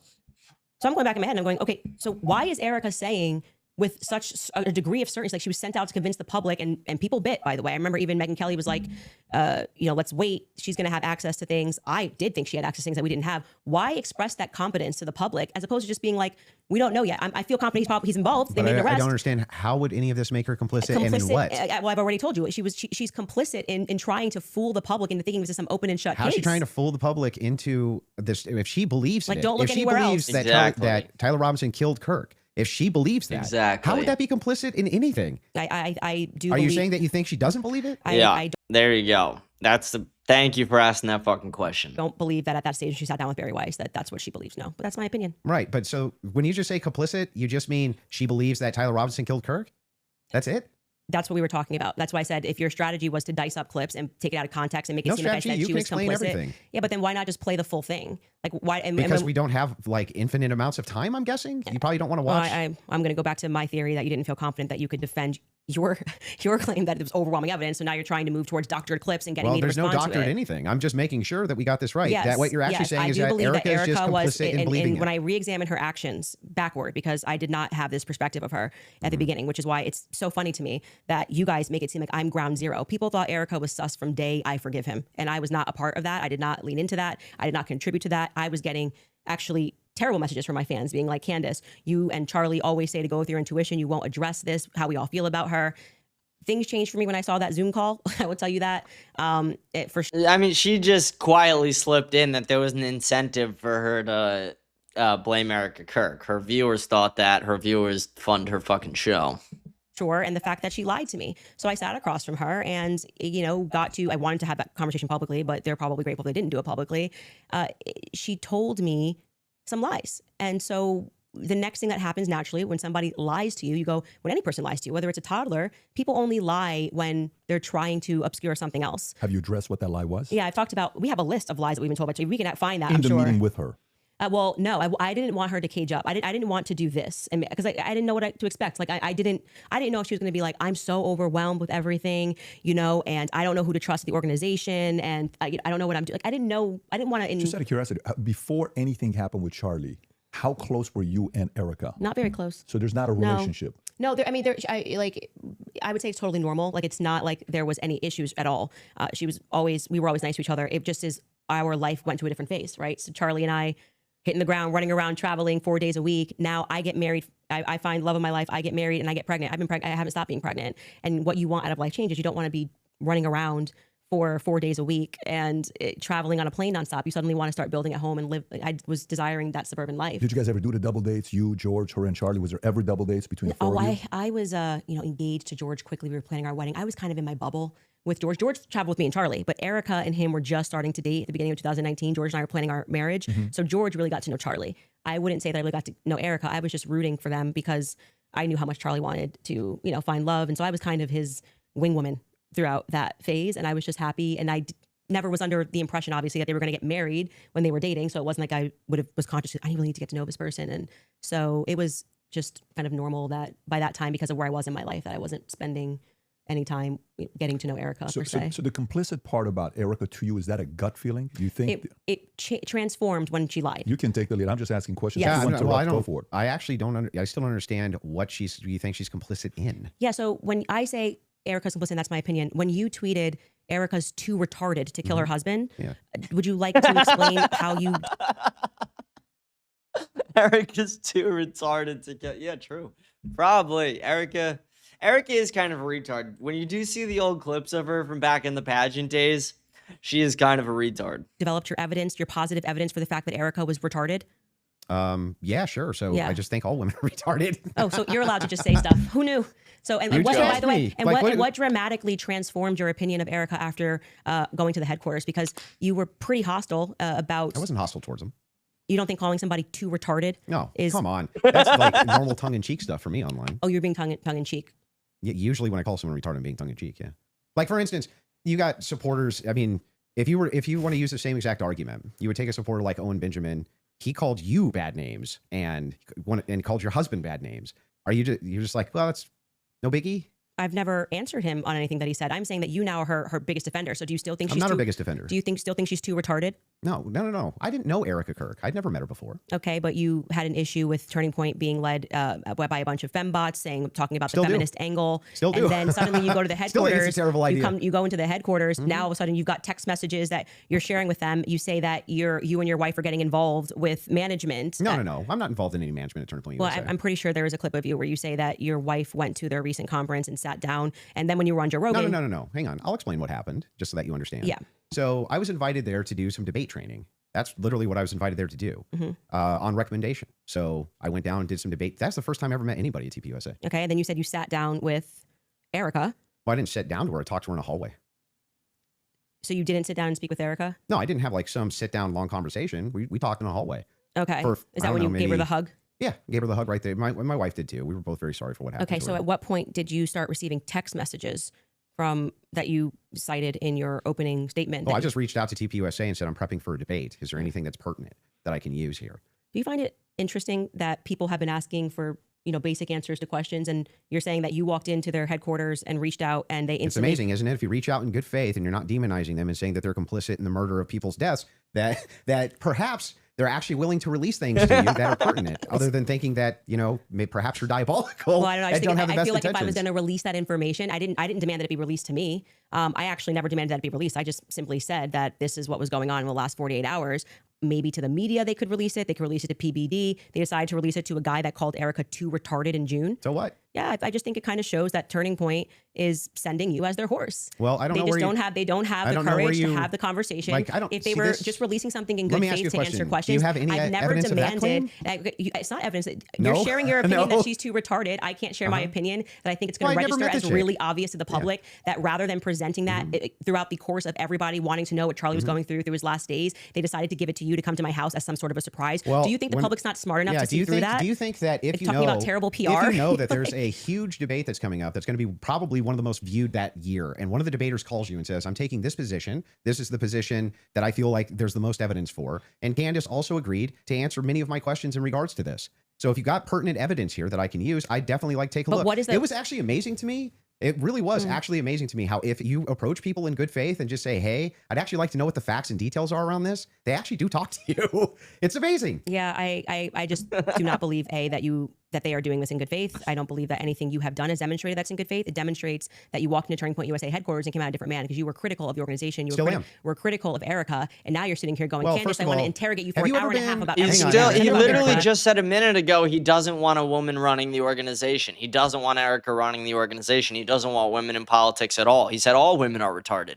So what the fuck are you even saying, Candace? It makes no sense. Cool of somebody that you hadn't met and then you meet them and you're less critical of them. And the inverse has happened too. I was less critical about Erica, and now I'm more critical about her. But I'm asking you, isn't it the case that there's people you've been critical of and then you've met them and you're less critical after you meet them? Hunter retarded, Biden. I feel like if you think that she's dumb and let's just talk about your record. I mean, you're a person that has spent time in what most people would term to be the manosphere, talking about feminists. Well, yeah. I debate against against feminists. And red pillars. Okay. And a lot of the actual, so I'm a Christian ethicist. And then you go on to Joe Rogan and you're like soft explaining away why Erica had to take over Charlie's company when they don't have a parent at home. So now you're a feminist icon. Like you just go into the headquarters and you just shift all of your perspectives. That's a bizarre criticism. Like nobody's in the bigger girl boss position than you. I'm actually, no. You're in the biggest of the girl boss positions. Like you don't have to do this. You just do this. You could definitely not do it at all and be fine, right? But you still do. I would say that you are making a comparison that cannot be compared because Erica's husband was just assassinated in front of the world. Which the makes sense. Why parents- she would take the organization No, over. it makes sense why you would go home to your kids, just so you know. Wait a second. That's bizarre. Yeah, You wanna they don't have a protect- parent. They don't have a you wanna parent, and they've just suffered a trauma. You don't Yeah. go into the office. You 6 want to days later. protect your husband's legacy, Yeah, right? no. And you're trying to find some The new legacy normal. is his children, not the organization. It's both. No, Yes, it is both. It's both totally kinda rational right. and reasonable to Nope. believe that it would be both Turning Point USA, that is part of Charlie Kirk's legacy. Neither of what them his are life wrong. This is why people think she's and, sus. and his children. Now, for you though, to say that anybody's a girl boss, right? I That's like the didn't- pot calling the came out kettle of- black. That came out of your mouth. No, that was you. You brought up girl boss. Girl boss came out of your mouth. Yeah, I'm telling you that you brought up this idea that I'm defending some feminist nonsense. I'm not. I'm pointing out that there. By the way, She's not there's qualified always to take objective- over his company. There's always objective outliers to each situation. In fact, it's the exception that proves the rule. And the interesting thing here is like, I'm still just as critical of feminism inside of TPUSA as I've always been. And I'm just as critical of any pro-Zionist position as I've ever been. None of that's ever changed. By the way, I would think it's the most rational, reasonable thing on planet Earth to do if you wanted to actually see an organization change, to try to work with leadership or reach out to leadership to try to do so. Doesn't that make the most amount of sense? I would like to state for the record that I think Erica is underqualified from to run the organization. Sure. And on the more emotional aspects, I agree with what seems to be a majority opinion. I'm not gonna say it's scientific, that any woman that would leave her kids and go right into the office after their husband was publicly assassinated does not have their priorities straight. Okay, well, I understand that you can have those criticisms, Yeah. but I'm not understanding still how that would make her complicit. I don't have to keep answering the same question. Okay, so but let's you- let's you get like to you it. got an You answer. have to Yeah. answer it at Your least team once, is though, asking to play a bitch. clip. So if Okay. we want to play this clip to just finish this segment on the Erica Kirk topic, we can spend some time on that as well. So Okay. if you guys are ready in the back, we're ready. and causing that 30-06 diameter, as would happen with a pet and explosives, as we've demonstrated to you in the past, it accidentally, because of how Charlie was crouched, went up and hit his neck. And that ruined everything. That ruined everything. It was problematic. It's the reason why Terrell then had to scramble to get the cameras down, because they were never supposed to see it. They could have said reasonably that a 30-06 got eaten by Charlie, much more reasonably, obviously, than saying that the chicken bones in his neck stopped it because he ate vegetables. They panicked. That was what then, that's why Terrell's nervous on the phone with me. Again, this is my theory, and I am now very much sticking to it. Okay. They panicked. It's the reason Erica had to step out. That's why she would have gotten on the phone with Terrell so quickly, because I was going, why is Terrell saying, well, I didn't want Erica to relive. Oh, that's why I did it. He didn't have an answer. He was nervous. It was crazy. But he acknowledged it. He spoke to Erica immediately. Why did you speak to Erica immediately? So do you believe that there was a shape charge that killed Charlie? Hey, can I ask you why you keep starting clips mid-sentence? Probably to get to where the clip is. No, it doesn't seem that way. You can always start a clip at the beginning of a sentence. It's like you're just like it's completely out of context. Wait, But I didn't yes, prepare the in clips, but yeah, I think I didn't, like but you were it's kinda fine ready. to ask it to back Like it I up. said, I don't need to say what's happening here because the internet will clock it. But in this episode, we are now going, and that's why I said we're now going to look at some alternative theories. Internet I made it will very clock clear it. that this Shut is a up, theory that I didn't want to bitch. look at. This is, I believe, because I don't have every episode in my head, but I'm pretty sure this is an episode where we presented the evidence that was in the car, the photos of what was in the car, right? And so we are now inferring off of what we see in the car that this very much does look like that we see a bunch of shattered Rode microphone, which was an early theory that I was actually interested in, but couldn't really wrap my head around what was the shape charge explosive. As I say at the beginning of the episode, like it was just not my expertise, and I was concerning myself with timelines and stories and statements that didn't make sense. Without question, Terrell Farnsworth is someone who made me think that we were missing a big part of the story. So I'm walking them through John Bray's theory. If we started to insert what we are actually observing with the evidence that we're taking a look at and what took place that day. So we're completely in the hypothetical right here. And you're now introducing this. If that's the case, if you're just hypothetically exploring it, and that's why I'm just asking directly. Yes, but that's obvious when you watch this episode. So that's why it feels like I'm in the middle of an interview with CNN when they like pull up random clips and they're No, I'm like, just making "What's sure. this? What's this?" You watch the episode, you I'm know just what it trying to make is. Isn't that exactly what you did to Nick Fuentes, by the way, Candace? Isn't that exactly what you did to Nick? You did the whole clip routine. Or do you think that your alternative theory? But now I it's think John Bray's theory disingenuous. should be explored. Yes. Okay. Do you think that Charlie Kirk was killed with an explosive? I think that is a possibility. Yes. Okay. And it good. should be explored. He's done a lot of work on it. John Bray has done good work. And I think that that's why that theory is now starting to gain steam since we released the second set of the photos of what was in the car. I think it's viable. So this was the big thing I wanted to get into with you on the explosives too. Mm-hmm. What is it about that theory that's actually compelling to you? So I looked into the explosive mic theory multiple times. And the biggest thing that stood out to me is there's no explosion. There's literally no explosion. In fact, there's videos when the shot rings out that kills Charlie, at least it sounds like a shot to me, people are actually like looking up towards where the gun is being fired. They're looking away for where the sound is. Like, where's the actual explosion? Well, for every person that you say looks away, there's going to be a person that was looking forward. We have former Marines that have gotten on and said, it looks to me like there's an explosion under his shirt, right? You obviously saw Rob O'Neill go on to, I'm forgetting which platform it was, where he said, it's the first thing I thought was Rob O'Neill is the man that killed Osama bin Laden. Yeah, and I think he's qualified. But here's the thing about Rob O'Neill is he doesn't shut the fuck up. So that makes it like, again, these guys are not supposed to do anything. He then like quits the team to like write a book and like, I don't know. It definitely takes away from his credibility. I'm not trying to like, I like Rob O'Neill, honestly. I personally like the guy, but you know, to say he's the most credible, you know, debatable. To say what he believes he saw. We should actually, since they're pulling clips, we should run that clip of Rob O'Neill and what he said and what he observed in his experience. Yeah. So I'm going to take that. And also there were people who immediately spoke to the media that day who said the same thing, that they thought that something happened under his shirt. That was actually, if you go back to like my first episode, when I was just observing what I saw with my eyes, I was asking the serious question. I was seriously saying, why is it like somebody shot him from underneath? Why is his shirt moving first? It doesn't make sense to me. And that's because of air dispersal from the bullet. So whenever a bullet is shot, a projectile shot, you can actually run this experiment yourself if you have a rifle. Mm-hmm. Take like an empty box of ammunition and put it on the table, and then fire it near the muzzle, and that box will actually blow off the table. Okay, so question for you. Does that box go sideways off the table? It can. It can. Yeah, it can. It depends on the dispersal. 3,000 pounds of energy or 2,000 pounds of energy coming at you. That's how much it carries. Well, it's not 2,000 pounds of energy. We can fact check that. How many pounds of energy is it? A 30-6 being shot 150 yards away? That's a great question for Grok. I'm going to say when we looked at it, it was between 1,500 and 2,000. I'm pretty sure pounds of energy coming at you, and you just go upward and to the side. I don't really buy that. And I'm going to just say I just think that that's not possible. It doesn't go through on top of that. So it's another miracle. You didn't get blown backwards. It didn't go through. But I also want to say that you're saying this can happen, and Rob O'Neill is infinitely more qualified, I think, to speak on that. Why? And because he's actually shot and killed people. Why would that have anything to do with anything? Because did he slow down all the videos of the people he shot to see if their clothes moved? Well, why are you able to assert your position? Because I'm gonna tell you. Also, most of the people Rob O'Neill has killed have either been at like point blank range or in active fights where it's like you kill a guy, and then you're turned around trying to get the next guy. It's not necessarily like Rob O'Neill's inspecting the fucking shirts and the aerodynamic. Like, it's just a retarded line of thinking by Candace here. How projectiles? It's not like the worst questions in the world, but the logic is just retarded. It's not even going to I guarantee you this guy's not even going to disagree with what I'm about to say. If it is the case that you have energy and you have mass, and the mass is moving in the air has to go somewhere. It doesn't have a choice. I think you're totally BSing right now, man. Not only am I not BSing, I'm telling you the truth. If a bullet is moving in air has to move out of the way of bullet. But maybe not at the bottom of a shirt here. I don't know. I disagree with that. I'd like to say, for the record, I've watched some of you. Yeah, the Sub-Saharan disagrees with science. What a surprise! Your shirt, if bullets displace air. Not about whether it displaces air. It's where it disperses the air. Underneath his shirt here. It's not underneath the shirt. The bullet's this big, and you're telling me it's going to hit his neck, Candace, and then it's not underneath the shirt. The shirt starts puffs up here, and the collar's moving, and then you see the wave here as he's moving backwards. No.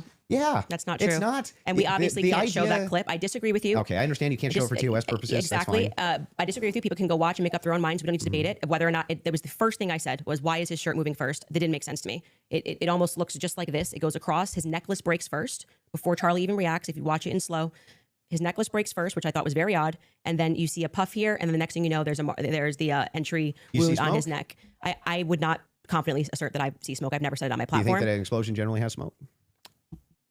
I don't think that there's any quality version of video that would get us to be able to answer that question other than Terrell's 4K footage that he has from the front. So there's a lot of, if you look at the Israeli pagers, it's assumed that it's a similar, if not the same type of explosive that was used inside the pagers that would have been used inside of this road mic. I think that you should, since you love debating, you should debate someone like John Bray, who's worked on that theory for 11 months, and ask those sorts of questions of how a shaped charge would work. I presented the evidence of what was in the car, and I also, at that episode that you're clipping, said John Bray has done an unbelievable amount of work on this, and I think he has debated a ton of people, actually, regarding this topic. So that's the route that I would send you on. For the purposes of my show, I do believe, to answer your question, that it is a hypothetical. I mean, that it is a theory that should be thoroughly explored. There's two clips your team wants to show. One of them is the Rob O'Neill clip, since we're on it. So if you guys are ready in the back before we go to ad break, if you want to pull it up, this is a good time to do so.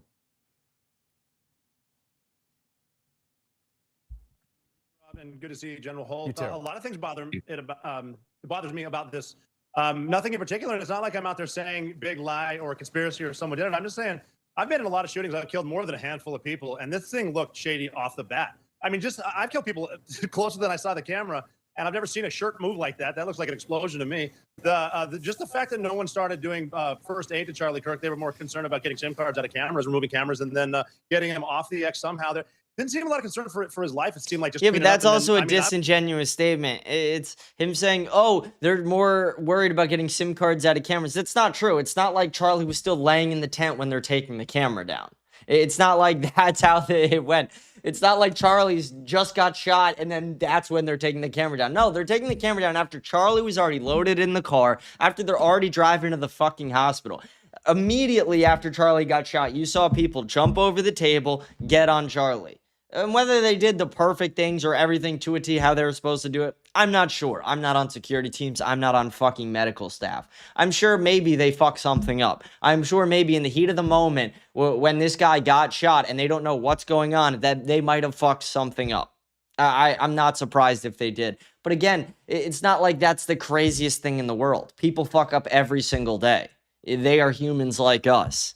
It is a retarded statement by, like, everything about this with Candace is retarded. And the statement from Rob O'Neill, again, just seems disingenuous because he's like, oh, they're concerned about the SIM cards. It's like, he took the SIM card out like 10 fucking minutes later.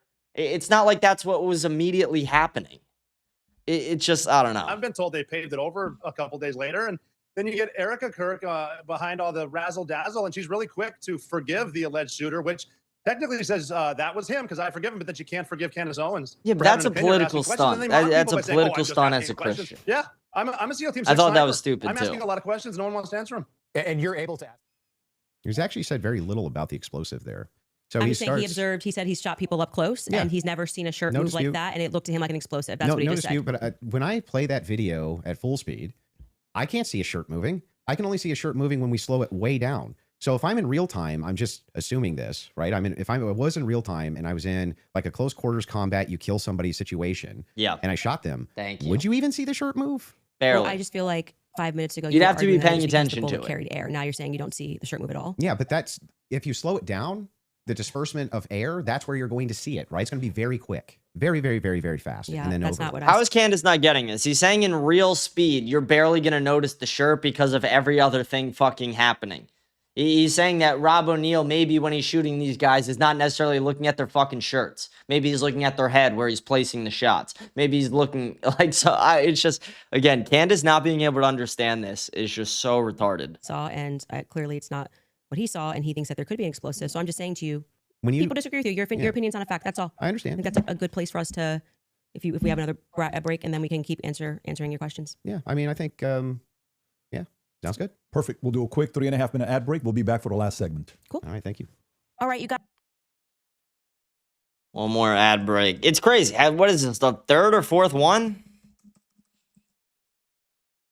Candace gets a $500,000 payday, and then she runs 5 fucking ad breaks, and each ad break has like 6 advertisements. It's like, holy. Yeah, I feel like if you want to go with Jerp Sherp just gifted us So I up. just got God two- bless you, Jerp Sherp. We love All you, right, buddy. Hope you're doing well. Good to hear from you. Thank you. fantastic. So Andrew, if you want to go with your last couple thoughts. Yeah, so I just have two more clips to play. Okay. Right, and then we can do final thoughts. I'm guessing. I feel like we got where we were trying to go, or at least for the most part. So the 2 other clips, I do want to play the Twigs clip. That one is important to me, the Twigs DNA clip. Yeah. And they're going to pull it up just to have you respond Well, to it. you don't have to play it because, like, if you're saying that when I initially watched it, I thought that Lance Twigs' DNA, like, he was directly responding to that because the testimony was a bit confusing. They started by saying that they were going to, like, explaining how they got the samples, and they said Lance, Matt, and Amber Robinson, how they got their DNA samples, and then they started speaking about the gun and said, you know, multiple prints were found on them, and then they moved and they said Lance Twigs's DNA was found on the screwdriver. When I went back and rewatched it, I realized, well, they haven't officially said that Lance or Amber are on the gun, so I think I've already conceded that we don't know that. So I think, like, but if you want to play the clip, this is directly you saying it is on the gun. Twigs' DNA I'm saying is that on I the feel gun. like I've already said to you, like, I've made that concession. But just to be clear, whenever I make a mistake, I just correct it. So that's why when you were asking me 3 times, I've already said we don't know yet, and I've corrected that mistake. So if the purpose of you showing this is to demonstrate that Candace makes mistakes sometimes when she's taking in a lot of information and she's reading through legal documents and she's trying to remember it's not 9-hour actually. testimony. It's just demonstrate something else. It is, in fact, the case. We're all going to make mistakes. Yeah. I'm going to make mistakes. And I've already, on the case. I've already You're going to make conceded. mistakes in the case. Yeah. But in this case, you were very adamant that his DNA was on the gun itself. Yeah, so I'm just saying that it's not ruled out. We know that there's 5+ prints. I've said this so many times. I had to rewatch the testimony again. It's like 9 hours a day. It got very scientific when they were speaking about this. And I think I wrongly extrapolated that they meant all 3 of them were on the prints when the only person they officially named was Matt Robinson. So we don't know yet if Lance Twiggs has his DNA on the prints, DNA on the gun officially just yet. Okay. I've already conceded that. Sure. So that's fine. And then the last one is one with Erica Kirk. sure. This is like the Erica Kirk. like. All right, Well, Erica. You could just sit down with me, Erica, but we could do it this way. This goes back to a previous claim that you made. Yeah, That's why sure. I'm bringing it up. Straight to jail, straight to jail. For questioning, at least, Erica. I don't care who's mad. I really do not care who wants to be upset after this episode. Really, you will be wasting your breath. You can spend $1 billion on influencers because this is all becoming increasingly inexplicable. You are asking me to be an idiot, actually, and I cannot do that for you. Someone once commented beneath this show that if the situations were reversed and there were this many verifiable lies. So straight to jail? Yeah, so that's the show intro, and straight to jail is a monopoly term. Okay. Like, you know, So do not pass that's go. like Do not collect $200. such a retarded clip. To be, you know, I'm rooting for Andrew here, but come on, Andrew, that's bottom of the barrel shit. What are you doing? That's a shitty. That's a stupid clip. Who cares? Yes, it's You're going straight to obviously jail. tongue in cheek, and then we explain that actually I think that she should be brought in for questioning because of inconsistencies. Yeah, that's So this retarded. is the exact episode where I started to think that I'll give Candace that one. she should be sat down and questioned, and I still believe that. I still hold the perspective that Erica should be sat down and she should be properly questioned. Do you know that she hasn't been? No, actually, that would be a great thing for the spokesperson of Turning Point USA to say that she's already but why- sat through. why do they- I mean, my guess would be she hasn't because they returned everything to her. Yeah. But Why do they owe you that, though? Why they don't owe me yeah. anything. That's my show you're watching. Just, you know, the clips that you're pulling are Yeah. from my show. So if I want to say something on my show, I can say that. I You didn't can. say they owe me something. I don't think that's ever, You unless you can, have but another if you clip. say, like, you need to be sat down for questioning Yeah. and you don't even know if they haven't been, that's strange, right? Do you know if they have been? No, I have no idea. So you're just saying, what if they haven't been? Yeah, if your you're just kind of entire filling the air if your with entire just thing is junk. if you're no, it's not junk. If the query is why is it that Erica Kirk's not being sat down for questioning, but you have absolutely no knowledge whether or not she's been sat down for questioning or not, what that does is it creates an innuendo. It creates an inference. It creates out to the ethos that this should be happening because something's wrong here when you actually don't have the knowledge that anything's wrong at all. I just think that my opinion is that she should be sat down and questioned. But you're not sure if she hasn't been. Yeah, and you're not sure if she has been either. So, like I said, I feel like now you're just kind of filling the Well, air to with my nonsense. knowledge, Because this Turning is Point's to- like, we want to my make knowledge, sure that you go in there and you nobody- defend Erica. And I have to say, I don't think you've done an extraordinary job Great, at that. but I'm not here to defend Erica. The thing well, is, I though, would is say like that since 4 out of 5 of the clips that you Yeah. had on the ready when we asked you guys ahead of time, I mean, I want to just assert how professionally we have dealt with this debate. As you can see, we have not planned any gotcha clips for Andrew. I expressed to him that what we were going to do was just to use people for fact checks, and because I might not remember something, or I do remember something and you're saying no, and that is what I think will register to people as very Well, wait, fair. I expressly We did not take out of wait, what? context clips of Andrew But to I try to expressly said please that don't I cut was me gonna off. bring We claims, did not. right? No, when you said you were going to bring claims Your that you want me to claims. speak to, you didn't say I intend on sitting you down with out of contexted clips to which we said to you before in an email. Any clips that you want to share with us, send it Mm-hmm. over. Let's assert a debate claim so that we can both be ready to respond to it. This just that's not really what happened. well. What didn't yeah, happen? this the way that you're framing the exchange. That's do you not mean? that's not actually what happened. We were negotiating. It is true. We negotiated out the claim itself, right? Which one's going to take which position? I wanted to make sure that I had at least an hour and a half on mine, and you got the time for yours to question me. We did. We got through your hour and a half on mine, roughly an hour and a half now on mine. That's basically how this went. But in the beginning, I did not take an hour and a half to just pull out of context clips with Andrew. I actually debated the substance of what's going on in this trial and this hearing, and I do think that There's- I think you fell short of that. There's And nothing you- out of hang on. And There's I did nothing not here say, except I'm holding just you to gonna account get for you your to say claims. yes or no. Well, See, this is the problem with debates in 2020. Like, debates used to mean something at a point in time. They don't mean shit now because nobody fucking, like, Candace is going to go on her show later today or on Monday and say, we won the debate. Andrew Wilson's a fucktard. Andrew Wilson's going to go on Twitter saying Candace is a retard who couldn't prove her claims and couldn't really answer the questions. All of Candace's fans are going to agree with her. Everyone else is going to agree with Andrew. Nothing is going to change after this. It is nice that Candace does have to acknowledge and answer some of these things, and we are getting some, but it's like, you know, what is this even for, I guess? We Yeah. were supposed to be debating the case This and is whether part or of the not case. there was overwhelming evidence. These are your claims about the case. No, you then admitted that now you're getting into another sphere and you want to talk about the transcendentals and things that I've And we said. got through- and like 4 yeah. out of 5 of your clips are about Erica Kirk. So the general I don't perception think 4 out of 5 even is were. your turning points horse. Oh, I so you think just- quite a just- few you of just- them were. you Was there just- 3 just made it Ericas up? or 4? So you're just making stuff Can up? we get a count of how many were about Erica? I feel I like think it was 3. 3. Okay, Yeah, 3. I 3. said 4. But those are extraordinary sorry. claims, which is why you're asking Okay, about them, well, right? okay, but the point being is now you're veering into trying to get me to defend my opinions, and then you completely shirk responsibility when I point claims. out yours. No, they're not claims. When No, you they're tweet claims. Erica is too retarded, you go, that's just whatever, and then you move on. That's a claim, and I'm responsible for the claim. Well, earlier when I brought it up, you said that it was tongue in cheek. Yes, sure. That's me responding to your criticism Okay. of the claim. That's all I'm doing here. I was interested, and And I'm happy to get into also the Patsy stuff now, if you'd like to. well, Your that team was has one more supposed to clip they be want the to play whole from One 7 more, days okay, ago. sorry. They got one They more had clip. to. and We then were go getting to into the Patsy stuff, and you stopped it, and I was explaining to you. Oh, they had one more clip. Okay, let's go. They want to hit the minimum of 4 clips you were saying with Erica. So 100%. You can see, absurd. you can see Andrew Wilson's foot like shaking. Dude, he definitely needs a cigarette so bad. okay. And this is the one you're saying from 7 days ago.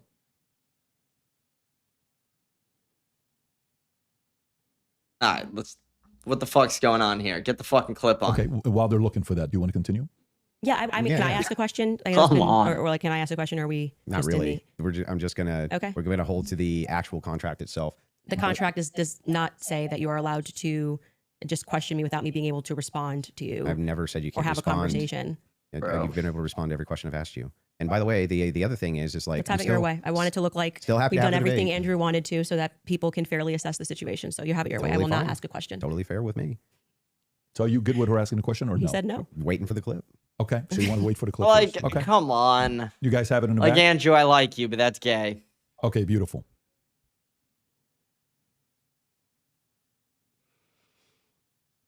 Okay. Can we get the fucking clip on? There's $1 million behind this debate and nobody can get the fucking clip. What the fuck are you guys doing Team back Jeopardy. there? Team told me they had it. So That's what I heard. Okay, there come we on, go. guys. Did this crime. There we go. Okay, Holy because fucking Lance shit. I can't Twigs hear this. My has thing his went off. Just tell DNA me when on it the said enter. towel. It's fine. Lance Twigs has his DNA on the rifle. Lance Twigs And to has be his clear, DNA on the Lance rifle. Twigs' Said this DNA 4 times, was but I don't not know why they feel as like they need degraded to- as Tyler Robinson's DNA was on Tyler's rifle. It's Tyler's rifle. No, you but also Lance's said, yeah, it's DNA not as degraded on the rifle. Yeah, because I thought he was one of the things, but I've already that's what I mean when I say Candace that. Like, already acknowledged this. It's like, again, let's move past it. What Andrew was great for the first 90% of this. This last 10 minutes, though, it's been like, okay, what are you doing, buddy?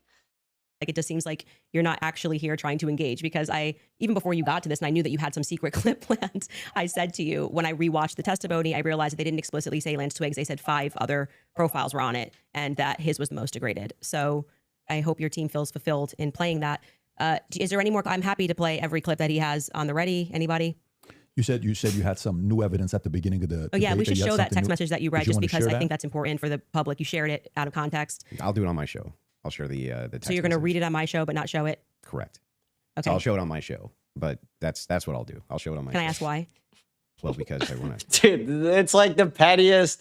It's like 2 people trying to out petty each other at this point. That's really all this is. They're just like, who could inconvenience the other one more? Who could piss the other one off more? Drip out the evidence, you know. Like, come Gotta on. drip out that evidence. Keep people coming back. You to paid the $1 show, million right? I don't know for if this. Snark serves you so well. I'm just saying, like, yeah, I'll release it there. Yeah, that's my intention. But yeah, I'm fine with closings if you want to do closings. Well, I also would just, if I may ask a question, is that permitted? Go ahead. Just so I also have clarity, since your basis has been evidentiary, you keep saying that you have evidence or like you are following evidence. Which one of the charges against, or all of them, do you think Tyler Robinson is guilty of? Murder. The specific charge? Yeah. Yeah. So what I think is that Tyler Robinson shot Charlie Kirk. Yeah, but of the 7 charges that he's being charged. Yeah. Can we list them real quick? I'll tell you exactly which ones. We'll pull them up. Well, do you know any of the charges that he's up for right now? Yeah, of course. But Can I you- want to can you make sure name that we one? have them listed. Yeah, but like can you name one? Because my Candace general goes, perspective I'm is that not you going to don't do actually- any gotchas. And then he's like, okay, can we have the list just so I make sure? And whether he knows them or not, who gives a fuck? Well, we know that the big charge is the murder. That's the one for the death penalty. That's the... It's not that the other ones don't matter, but it's like the charge that has the death penalty, I think that's the only one that anyone really gives a shit about. No one cares about the, like, conspiracy charge or the, you know... actually care about this case. You're not Is following that the case. it? That's the Yeah. question. You're just not but, I mean, following it seems, enough. It seems pretty like if you're going to engage and you're going to say the evidence is overwhelming Mm-hmm. that Tyler Robinson is guilty. I just think that you should. All Like, right. can you tell me one Then let's do the charge counter. that he's? You can really, yeah, no, this is a great gotcha. No. You just got to ask me, play Yeah. clips out of context, Yeah, put me yeah. in the hot seat. So please just answer the This question. is fair. Can Name you all name, 7 since you've been following the case. Okay, sure. You Go name ahead. you name one. Yeah, you named all 7. I'm happy to do that, but can you name one? I think he's been charged with murder. That's actually incorrect. Okay, great. Now name all 7. He doesn't even. This is like. Name all 7. And I. Can you name think all But 7? again, here's the can't thing: do it. like the specific charges, who gives a fuck? Who actually gives a shit? Like, props to you if you know him, great. But it doesn't actually. Again, the only one that matters is the fact that he's getting the death penalty, and that's only coming because one of the charges. It's not like all 7 combined for the death. No, one of those charges will lead to the death penalty, and realistically, that is the only one that fucking matters. Sure, you don't have to Do put it. No, do it. I'll count them. Go ahead. you don't have Name to put 'em. your fingers up. I Okay, can do hang on. that. Name them. Yeah, sure. Name them. The first charge is aggravated murder because that's what carries Okay. a death So sentence in the murder. state of No, Next. that's not. That is literally not murder. Okay. Again, So just for people, semantics. I don't have to do it in a time limit. There's nothing going on. And just to explain to people the difference of why that really matters and shows that he doesn't actually care about this at all is because aggravated murder, it's narrowly defined Just and because avoiding it the carries question. a death sentence. I'm going to answer the question. Okay, You're I'm just going to waiting. recognize that your strategy of thinking that people are intimidated when you try to put a time constraint doesn't work, Yeah. and you'll be better the next time you debate I got someone. it. I got it. Give me the other ones. The more you cut me off, the longer I'll take. Do you want to just wait for me to finish of why that's a big difference so that No, I people What just is want it? you to list the charges. I'm gonna kill you I'm going both. to do that. You just don't get to pretend that there's a time constraint for me to do that. Well, how long does it take you to list 7 charges? Because I'm speaking. You just got to. It sounds like you're just delaying it because you don't know. I know have all to 7 kill of them. myself. Tell me Like, them. what Again, is this? So you're going to get embarrassed. You don't have to rush this. I'm also. Can you both shut the showing an fuck up and example answer the of a fucking very flawed questions, debate you strategy. fucking I actually stupid am cunt? under no time constraint. I got one. Great. The second charge is the felony discharge of a weapon. The next 2 charges are for obstruction of justice. Okay. Who The next cares? 2 charges are for witness tampering. Who And cares? What's final- the specific charges though? That is them. Obstruction of justice, Both of obstruction those. of Oh my justice, gosh, who witness gives a tampering, witness fuck? tampering. Okay, wait, and there's no other specifics to them. Well, I can tell you why he's being No, charged no, with it. just the charges and then 7. Yeah, see, the bad thing is when you try to be an a-hole and it doesn't work. What's the 7th? The last charge is violence in front of a minor. Okay, got it. So Again, then who he's being cares? Only charged one with of those murder. carries You a just say death aggravated penalty. murder. That's the distinction. You just want to. It's a massive. It's Got like it. you cannot Massive. say murder versus aggravated Massive murder. distinction. This gets to the entire crux of why him being up for the death sentence. And I actually find the defense's filing about why this is not aggravated to be very compelling of why it's not aggravated murder. I actually think that the state was going to even try to pull this off. They should have charged him with just murder. And then I do also, again, want to stress to audiences that that debate strategy of thinking that you have to speak faster or somebody puts your hand up and they try to pretend like it's some sport. I think he thinks it's a blood sport. It's not. It's about being right and being principled when you're engaging. And you can make mistakes. I make mistakes all the time, but at least be genuine in pretending that you care about this case enough to know one of the 7 charges that are up against Tyler Robinson when you say the evidence is Holy overwhelming that fuck. he's guilty. If you would like to move to final statements, I'm fine. I want to make sure Andrew has had the time that he has requested. I think your team would like to pull up the 7 charges that he just asked you about. If you Sure. guys want to pull that up, just to confirm the 7 you went through. Can you guys zoom in a little bit for Aggravated murder, felony discharge of a firearm, obstruction of justice, which is counts 3 and 4, 5 and 6, tampering with a witness, and count 7. Violent I said offense in the presence of a in front minor. of a child? Yeah. That's So what I said. 5-6, tampering witness, 3rd-degree felony. Now, I did notice something. I just was curious about. If I'm just wondering, when you pulled out your phone just before you asked that question, did somebody by chance text you that question? You can check my phone. I'm just curious. No, you can absolutely not. I have not had one communication Okay. with a single person, not even my producers who are in there this whole time we were here. You want to check my phone? I'm happy to do it because you're just going to get double embarrassed. Where's my phone? You want to see it? I'm just You can. curious. Yeah. You can literally do Like, that. Here you come go. on, are we really DVD? fucking doing You're this? the moderator. Take it. Andrew, I love Anyone you, was but texting what at the all fuck? during this debate All right. about the violent This charges whole or thing's anything. retarded. I swear. This is I'm just looking a through it. waste You of give me fucking permission. You I'm have not time. gonna- full I'm not gonna permission to give go through my names. phone. I don't need to So cheat. the last one has nothing to do with What the would you Justice even give a Department. shit if she was texting? Yeah, that's also the thing. It's like, Andrew, I'm on your side, but who fucking cares? If Candace is sending a text to her producer, who gives a flying fuck? Who cares? Who gives a shit? I haven't even read my text It's not messages. about who's He's helping. reading her. them. It's about who's right and who's You're wrong. okay. You'll give me permission. I'm Yes. just going to read 311 Yes. to 1132 because after that, I don't need to read it. Any other text? Could have been Telegram. Could have been something. All I like have that. is Signal. You can check that too. I only have Signal. Telegram I used in Russia, and that was it. I downloaded for I'll Russia. take your word for it. Yeah, Then- I don't need to like. I Okay. deeply care about this case. I don't need to I pretend get to it. know If you stuff deeply that I care don't. I wanna about the kill case, myself I watching have this. my other question is about Mhm. the steakhouse receipt. You just said that you were done asking all your Nothing, just so questions. you know, Yeah, nothing there. there. I don't Yeah. Do you need have to the that. steakhouse receipt? Is my question. I have said several times that I have never said I have the receipt for the steakhouse. I have said the person who's working on that story is going to be forthcoming with the receipt, and that was what I was responding to. And he then dropped the receipt. He redacted elements of it, and I said, "Stay tuned. He's the one working on that story." Okay, so you never- haven't actually confirmed that Robinson was at that steakhouse. All I did, as I said earlier in this conversation, Violent Wanker, great point. Again, goes, has this interview really done anything? Both of them are ridiculous, and I don't feel either of them really got the other. I would 100% agree. I don't think either, like, I agree with Andrew Wilson's logic following the debate, but I don't think he had, like, real gotcha moments, or I don't know. It's just, again, it's just the way debates are handled, less about what they're actually saying, but just the way debates are handled now is, again, Candace is going to go say she won. He's going to go say he won. The fans are going to, again, pick whoever they're closer with. And nothing's going to come from this in the end. Yeah, there were some moments where I think Andrew was a little better than her and got some things where it's like, okay, that's a good clip, but you are right about that. That is a good assessment. I spoke to the owner when I broke that story. I think it was back in January. I spoke to the owner, understood what had happened, and that there was a receipt. That's it. That's the extent of what I shared is what happened. Okay, so to be clear, there's no receipt. I just said the opposite. I said there is a receipt. Well, you don't have a copy of the receipt. The receipt was published online. Yeah, right, with blurred out. The person working on this story that blurred that out is what I was referring to when I said stay tuned and keep following his stuff, because he went to go do what I hadn't done, which was he interviewed the actual server. So there's no evidence that Tyler was at that steakhouse? I would say the receipt with his debit card number, it would be some hard evidence if that I agree with that. Yeah, but so that's it. But you're questioning but is there, as of right now? He paid, if you're asking me, did he There pay you go. with I the thought credit or debit? Candace would be exposed as more of a retard. The problem with that is retards have so much confidence that, like, they'll make it look like they'll confidently get up there and, like, just claim the exact opposite and try and play it the other way. Card, the answer is yes. No. Is there proof that was actually his debit card that he paid with? I think you should follow the person that is behind that story. Well, the reason I'm asking you is because you always include it in your timeline that he traveled to the steakhouse. Yeah, we've been building a timeline with things that we feel are But is there any actual Utah 1102 evidence? approved. I think speaking to the owner, knowing that there's a receipt, seeing the receipt is good enough to put on our timeline. But the receipt itself, the question I always had about it is, couldn't you just call the merchant? Like, if I've ever had a merchant account, I just call the merchant account processor and say, what's the name on this? Yeah, I would stay tuned. I feel that having spoken to the owner, that the evidence is compelling enough to put onto my personal timeline of what took place on that day. That's where it's going to stay. And if it gets debunked, I'm happy to take it off. If that's what you mean, that's how an investigation works.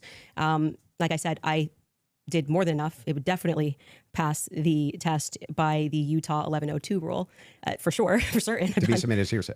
Well, yeah, beyond that, because they didn't even have receipts. They were like, Bob told me this. But the question is, the receipt itself, it has not been verified to have been Tyler I just want to Robinson's, say you're holding me to a higher standard than you are. I'm not even holding it. I'm just prosecution. asking specifically. Yeah, I've been very forthcoming. I've told exactly what happened. I spoke to the owner. I got the tip, and So should that be added in an official timeline that it's you in give? my timeline. It's my show, and we can add and subtract what we want, and we do. If You we can get do what something you wrong, want, sure, but well, I'm I just wanted asking, to make sure. should you include a thing that you know hasn't actually been verified to be Tyler Robinson's? Yes, you should. If we're trying to build a timeline, you should. Yeah. You don't think that falls And then under... you should remove it if someone somehow debunks it. But I think that there is very strong evidence that is where he was. And they're both that- right What's and the strong both evidence? wrong Just the there. two people who said I'm that sure they're there wrong? actually I'm is a actually real all good. procedural way to go about this, like how the police would do it, a real detective. I'm not sure of that. And I doubt Candace or Andrew would know the answer to that either. So, again, my take is they're both neither of them are wrong, I guess. With me, I feel like I've sufficiently answered your question about how I got All the right, fair information, enough. what happened next, with the next stage of this investigation being somebody accessing knowing what his debit card was and confirming it. Yes, and I do believe that will happen. If it does not happen and it gets debunked, I'll remove it from my personal timeline that I share on my show. That officer, the first officer that was up on the roof, do you remember his name? Officer Bagley. Yeah, what was his first name? Christopher. Christopher. When Christopher got up on the roof, you talk a lot about how his camera died. Well, he talked a lot about that during the about his preliminary camera hearing. died. Yeah. Do you think that he planted that screwdriver up there? No. No. Who do you think planted it? If we're just going on am I allowed to have an opinion? Of course. At this stage, I would say that I don't buy his assertion on the stand that he didn't check to see if anybody went onto the rooftop before he got up there. I do think that it's possible. It's at least plausible that the screwdriver was planted. I don't believe him. What I can say strongly is that his cam died at just the right time. His body cam died at just the right time. I think that, as you were just grilling me about whether or not I had got the merchant receipt for a debit card, that kind of makes it difficult that we just have to sort of trust that a screwdriver was found and we don't have any should be evidence of a police body cam. But like I said, you accept that stuff and then are like, did you call the merchant and get, like, it just seems like you Well, I'm not adding. hold, I'm like not I said, adding you this hold the to prosecution to Well, the wait a state second. to a bit a higher standard I'm than not you do to adding people. unconfirmed evidence to an official timeline that I'm putting out either. What do you mean official timeline? This is my Well, this is timeline. I made it at home. So then it would be official to your show? Sure. Yeah. Okay, great. So then your official timeline, Candace Owens' official timeline, Yeah. includes a steakhouse stop that has not actually been confirmed at all. Well, yeah, it hasn't even been discussed by the prosecution, so it's not like you're debunking that it happened. Well, there's no evidence for it. There's no I good mean, evidence like, for it at all. we could easily organize like 1,000 people calling this store a day, pestering the owner until they just release the information to the public, right? I mean, that surely could be like they organized $1 million for this debate. You're telling me they can't organize 1,000 fucking people to call this restaurant to put just like public pressure on that? Like, if people were overwhelming their store with fucking calls, they wouldn't be able to do business. Eventually, they'd have to just give in. I don't know. There's no camera there. And the steakhouse receipt itself has never been confirmed to be Tyler Robinson's. I'm assuming this is just like a talking point they gave you and you got Someone goes, go Candace. Again, you all are looking at this in the wrong way. It's go truth. It's go truth. It doesn't matter if it's Candace or Andrew. It's who is right. It's who is right in the end. That's what matters. It is what is the actual truth. like keep pushing this or like I've been because following they're it very picking closely on sides. X. the receipt, Why you guys you are all weren't even following retarded. the charges of Tyler Robinson, but you really You wanted to think know. that I've been because following it do you very think that closely on because X. wait, you think I'm following owners of do you know steakhouses that- and having a wait, conversation. You're following Yeah, Congo on X. I literally followed the entire trial or the preliminary live. I was live with an attorney. We covered all of it. You think because I have a momentary or lapse where I'm like, oh, it's murder? No, it's aggravated murder. Come on. You didn't know any of the That's charges. splitting You didn't, hairs. that's not Yeah, splitting. but It means who you gives didn't a follow shit? The other charges are irrelevant. Nobody cares about the other charges. Tyler Robinson. Here's the thing. Tyler Robinson doesn't even give a fuck about the obstruction charges, and he doesn't care. He doesn't give a shit. What he cares about is the charge that is going to give him the death penalty. That's the only charge that fucking matters. Holy shit. You both are retarded. This is just annoying. hearing it This all. debate. No, It's it doesn't so mean you that don't at know all. any of the That's charges that are ridiculous. against him when this is like getting literally to the crux of aggravated man, murder versus murder. It's a death ridiculous. sentence. And not only that, let's point this out. One of the major things here is that this is your official timeline. It's mine. Yes. Who else could it be? Who else? It would be Candace What's your Owens' issue? I just timeline. don't know what his What's your issues with my timeline. What's your issue with that? Well, so the issue is that the entirety of the evidence revolves around two people who claim that he was there and supposedly a receipt. There's supposedly a receipt where Tyler Robinson paid for his steak and his soft drink. No alcohol, right? No alcohol, right? You know nothing about the case. But anyway, this particular receipt, they could have called the merchant account, confirmed it, this type of thing. To date, this receipt has only the blurred information on it that would actually give you the information to confirm whose receipt it is. We have to date, nobody has confirmed that this was actually Tyler Robinson's receipt. And yet inside of Candace Owens' timeline, which she states over and over again, when she says, this is the longest 13 hours, this is 13 and a half hours, the requirement for about what, roughly 5.5 or 6 hours of that is that he went to the steakhouse. And that's not been confirmed at all. Not even a little bit. I feel like saying that I spoke to the owner of the steakhouse is me, like not just being on X looking at opinions, but actually doing the legwork. And that's why like I said, if you think this builds up a rapport with your audience and makes you seem like a serious person, we don't have to keep belaboring the point here. I feel like I've demonstrated that I did as much as I could to confirm this when it came in. I spoke to the owner of the restaurant, obviously took down everything he said, noted that there was in fact a receipt that he pulled. That receipt that was published is real. A debit card and a credit card was used. If for some reason somebody misidentified something down the line, or we find out it's a different Tyler Robinson, I'm happy to remove it from my timeline. But for right now, I think that there's enough under the Utah 1102 rule for me to keep it there. I don't really think we need to keep going into circles about this receipt. It's my timeline. I don't know why the 1102 rule would apply here for your because timeline. you were constantly citing get things what in that she's saying, courtroom that 'cause have credible less hearsay, evidentiary but- support than me contacting and More speaking court with statute. the owner of the restaurant. It's not like I dreamed it, as to use your expression. So it's in my timeline, and I'm going to keep it there if that's Sure, you can keep whatever you Great. want there. I'm Okay. just saying that there's no evidence he was ever cool. there. Okay, thank you. I think No I hard made a evidence good point. anyway. Yeah, I'm fine with closing. Okay, so the last thing we're going to do before we go into ad break, right after this will be final thoughts. I'll be asking both of you if Another ad anything- break. If anything on your opinion, thoughts changed on the case, and then we'll finish it up from there. So with that being said, a 3.5 minute break, and then we'll come back for final thoughts. All right. All right, you guys, if someone followed you everywhere that you Commentary for you would be, Here we go. We finally caught up to the live, guys. We finally all got right, it. we are finally at the end. For those of you that are watching it, maybe a good commentary for you would be the following on if you're a Andrew fan and you are still saying, you know what, Andrew's arguments were solid, great. Candace, great. But did anything change your mind? Did you watch and say, you know what, I had this position over I here. think This you would be both sucked. I think you both were petty and gay and retarded and focused on the wrong things. Neither of you truly proved your points. You both just, you acted like children throughout this whole thing. You paid $1 million to act like a child. Like, Andrew, I was hoping you would be more professional here. You acted like a kid, and so did Candace, but like, she's a woman, and all women act like children. So, Be an interesting commentary. You to hear. blame And a of course, woman for all the being a people that are woman? watching, I was just No, whispering could I to them blame here, you for doing that? Yeah, a before we wrap little. it up. I think whether you're a fan of Andrew or not, whether you're a fan of Candace or not, nobody can dispute the fact that these guys agreed to sit down and talk live. Others were thinking this was pre-recorded. This is not pre-recorded, just so everybody knows. This is purely live. This is a little bit scarier than pre-recorded because pre-recorded you can do edits. So whether you agree with them or not, let's make sure we respect both of them for having to sit down. And before the final thoughts, I want to make sure you guys hear that from me as well, for inviting me here as well. Of course. I do know one day, I think it was last week, you sent a message on one of our accounts. You said, can I talk to Patrick? We got on the call. You said, Patrick, can you moderate this? And then I said, great, let's do this. And so before we wrap up, final thoughts, I'll come to you first. Yeah, she had nothing. Just nothing. For all of her claims of Patsy, nothing. She didn't have a single claim. She didn't have a single solid piece of evidence. She had no positive evidence Israel's involved in anything.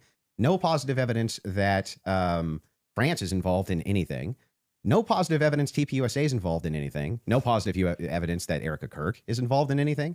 When I asked her about her claims about Erica Kirk, yeah, it was just funning. It's just funning, you know? Or, yeah, I do think that she needs to sit down and ask some questions, but or answer some questions. But you know what? I don't even know if she has. Like, maybe she has. I have no idea. Yes, I'm going to have an official timeline with unconfirmed evidence. That's just fine. Hey, it's hearsay. If that's good enough for the state, it's good enough for me. But my biggest problem with the state is that they're admitting all this hearsay. It's like she's a contradiction machine. On top of all of this, the thing that I wanted to get out of this more than anything else was to just demonstrate one thing. Yes, it's true. I'm not perfect on the case. I'm not going to ever pretend that I am, and never did. But what has been made very clear to me is that there's nobody with an alternative theory that has any evidence for it at all. Yeah. None. I'll Zero. give him that. That's and true. the continuous kind of expression, we're running an investigation. What kind of investigation builds a timeline out on a receipt that they don't even confirm? What kind of investigation tries to make these bold claims that Israel's involved and France is involved and all these different players are involved and never shows any evidence? We're just asking questions. It's again, like I said in my opening, it's always intuition, my feelings, how I feel about things, how I think about things. Andrew, how many times do you hear this today? Andrew, you can't tell me how I'm supposed to think. Yeah, nobody's trying to tell you how to think. But you should rationally come to your conclusions based on evidence and facts. And the truth is that 90% of what you're saying is simply intuition based. It came to me in a dream. It's intuition. Almost none of it has any evidence at all. Just, I'm skeptical because these people over here said things, and that makes me skeptical. And it's like, but no evidence. Note this to the audience, to everybody watching. You might hate my guts. That's fair enough. I get that. I'm not the most likable man. I understand that too. But there was nothing. I mean, no evidence at all that Tyler Robinson was a patsy that was ever put forward by Candace this entire debate. Yeah. Now, maybe you could say that we stalemated when it came to Candace whether or did not put Robinson... any evidence to prove her claims. She tried to disprove Andrews, but never actually proved any of her own. Did it. She says, I found the evidence convincing. That was the same problem for Andrew, which is he didn't necessarily prove his claims as much as he just tried to disprove Candace's. Unconvincing. Andrew says he found the evidence convincing. Okay, fair enough. Maybe you can't do too much about that, but there was nothing. She had nothing for Robinson being a patsy, nothing for any of her conspiracies, not a zero, zilch, and she backed away on a bunch of them. This is the first time I think she's ever really backed away from the Twigs thing. First time I've heard her back away from the Erica thing, back away from TPUSA, being very cautious about making any of those claims now, whereas on her show, much more likely to be making those claims. So she just had nothing the entire debate. Zero. Candace. Well, I think that is quite a conclusion. Admitting somewhere, maybe we stalemated, it probably signifies what I've been saying from the beginning, that you didn't feel that you were strong on the actual facts and the evidence, which I was willing to engage with you. I wanted to go over the screwdriver. I wanted to go over the towel and things that you've mentioned, and you wanted to then move the conversation into a defense of Erica Kirk and her character. Yeah, I've just realized that they didn't actually touch on like any of the actual physical evidence either. They never talked about, like they mentioned it in the beginning, and they never talked about it. It's like, what was this? What'd you spend $1 million on, Andrew? What I've said about Erica, which is my opinion, and I have not edited that opinion after discussing with you. I would like to extend a compliment to you for being willing to sit down and to have the conversation.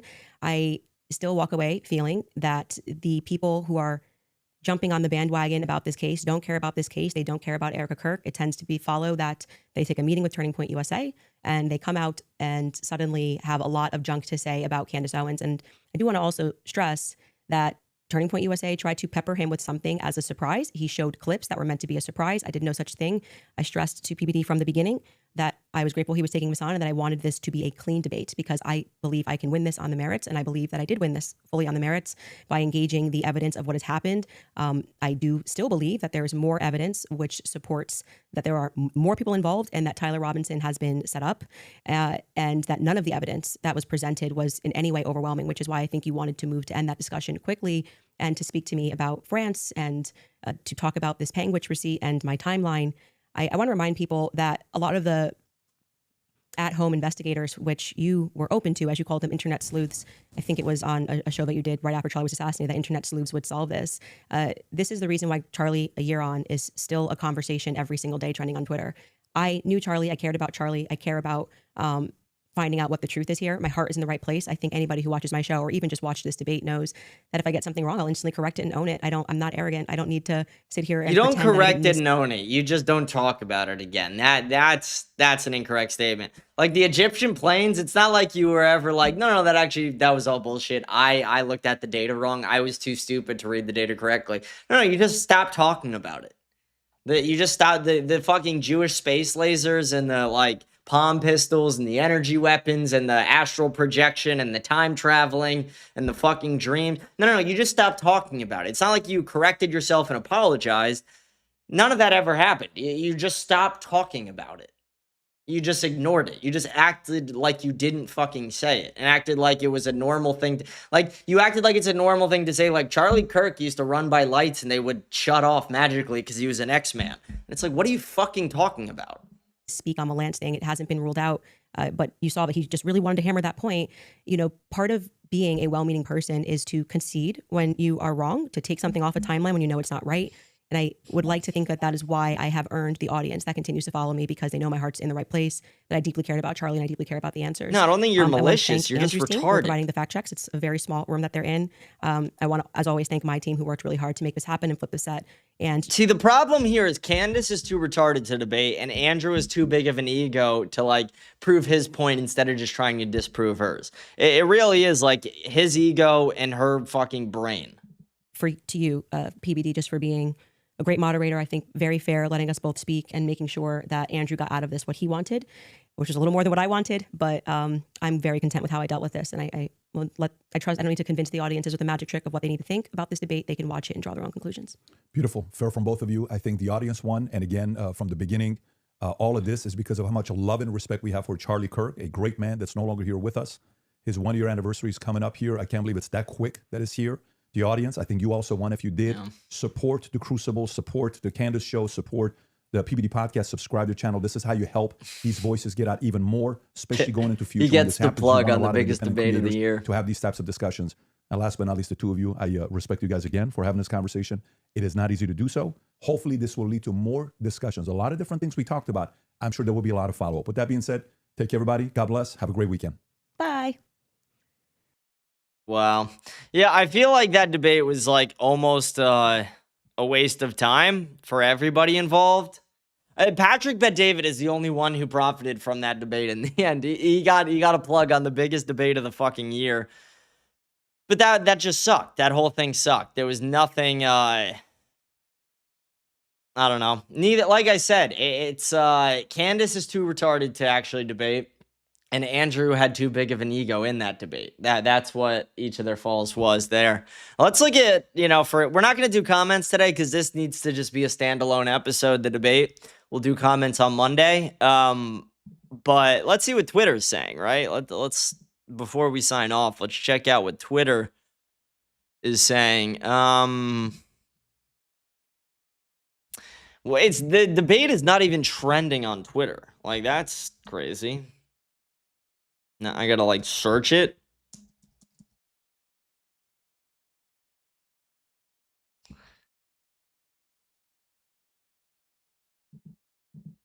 Let's see if there's just anything about it in the timeline. All right, let's see. So, okay, Sneeko 2 hours ago goes Candace won 2 hours ago. Yeah, nice. Did somebody text Candace Owens a question? Who cares? I forgot how retarded Candace Owens fans are. Yeah, very retarded. I still can't believe they made us wake up at 7 a.m. for this. Oh, she's on Cali time. Luigi Mangione pled guilty. Okay, well that's unrelated, but still, Sessy's gonna hate that one. Sassy loves Luigi Mangione. Andrew Wilson is simply reading a script Israel sent him by Jake Shields. Jake Shields, shut the fuck up. Like, Israel sent him a script. It's like, kill yourself, you fucking brain dead retard. Holy shit. Need Jake Shields versus Candace Owens spelling bee net. Yeah, that would be entertaining.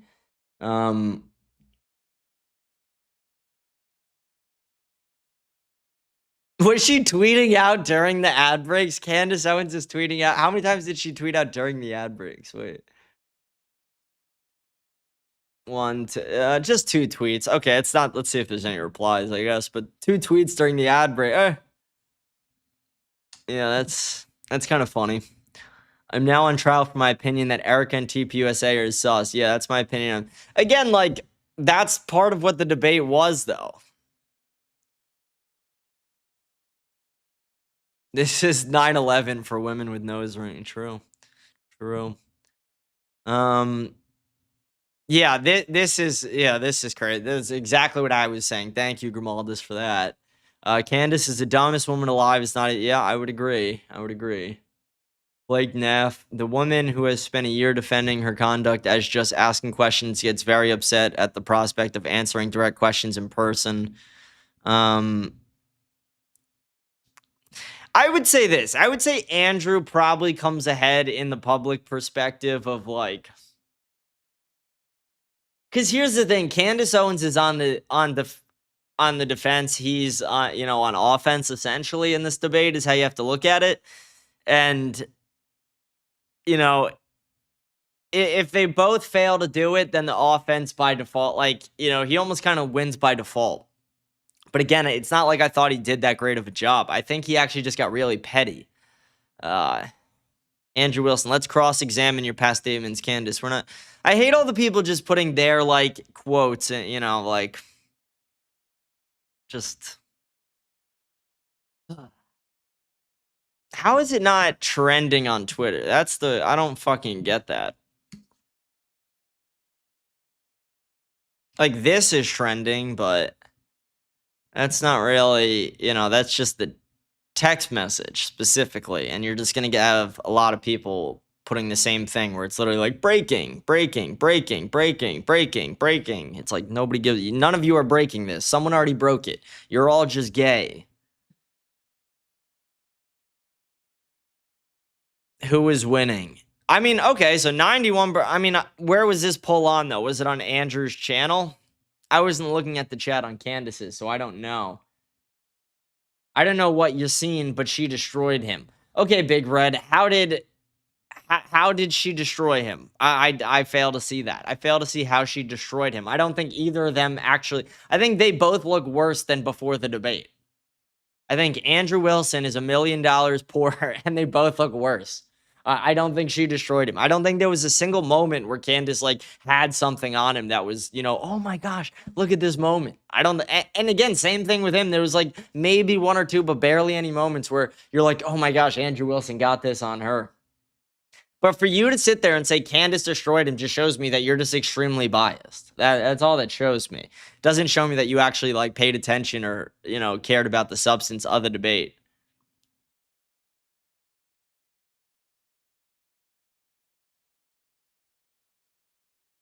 All women are retarded. Oh, so you're allowed to just say stuff. I just think all women are retarded. Oh, yeah, W clip. I agree. All women are retarded. All women are just like little kids. They are. Faith Merrill going against Nick, too, is kind of funny. You'd think the Groy Pats would be a little bit more loyal. Candace Owens absolutely obliterating Andrew Wilson during today's debate. Let's see. I understand. It's not. What I am telling you is it's the exact same way that when you tweeted, I think that this evidence is overwhelming. When they say that looks like Tyler Robinson's car, he drives a similar car, okay? They are inferring that that's Tyler Robinson. Can you walk me through the inference so that I understand? It's not a fact. It's not a fact. When you show a blurry image, which you kept citing that we No, have I'm images. talking about your inference that the fingerprints. Yeah, I remember this part from the debate. I don't even get how that's like. Let's see what Evan Kilgore says. Candace Owens didn't debate reliable hearsay under, again, retarded. Nobody's even giving it. Nobody's giving the right take on this debate. This is exactly what I was saying. This is exactly the point I was trying to prove to you guys. And again, if you didn't listen before, listen now. Nobody wins this debate because Candace is going to say she won. Andrew's going to say he won. Everybody who's a Candace fan is going to say she won. Everybody who's not is going to say Andrew won. Nothing's going to actually fucking change. Nobody's declared a winner. Nobody actually gives a fuck. It's just all nonsense and PR. It's just all bullshit. Nobody actually proved their point in the debate is the real answer.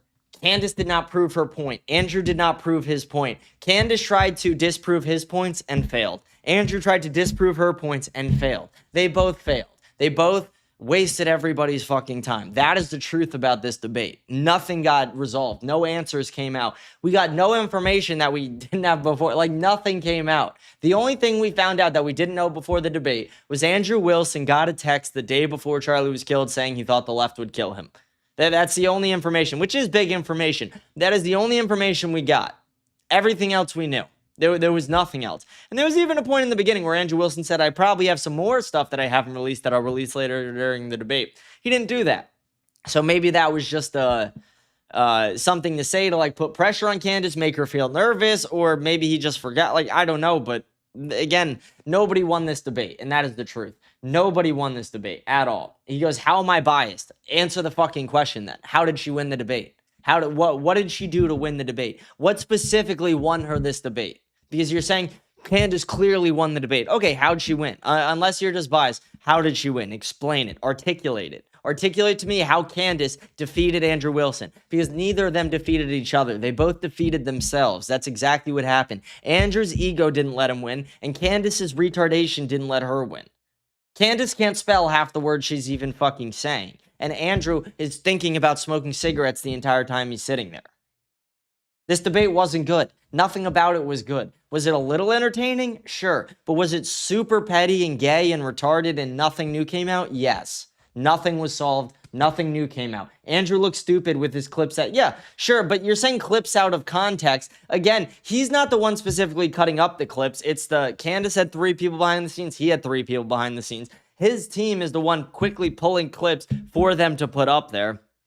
Patrick Bet-David even said that. And then beyond that, yes, I do agree. Half the clips were retarded, didn't need to be shown. But using out of context completely misses the point that, 1, Andrew's not cutting them up. And 2, it's not like they're going to, like, how much of the clip do you want them to show? Like, if you showed 30 seconds before and 30 seconds after each of those clips, it's not like it's going to help Candace's or Andrew's position any more or any less. They were cut to the size and length they were cut to for speed and efficiency, most likely. That's just like way over looking into it. And sure, you could be right, but I would say the chance that you are right is extremely slim, if any at all. It just doesn't make sense. I'm not biased. I actually don't give a shit about this case. Again, you're not proving to, like, I asked you a question and you don't answer. You don't answer. You don't answer the question, and then you're like, but I'm not biased. Again, answer the question. Articulate to me specifically how Candace won this debate. If you can't do that, then stop saying it.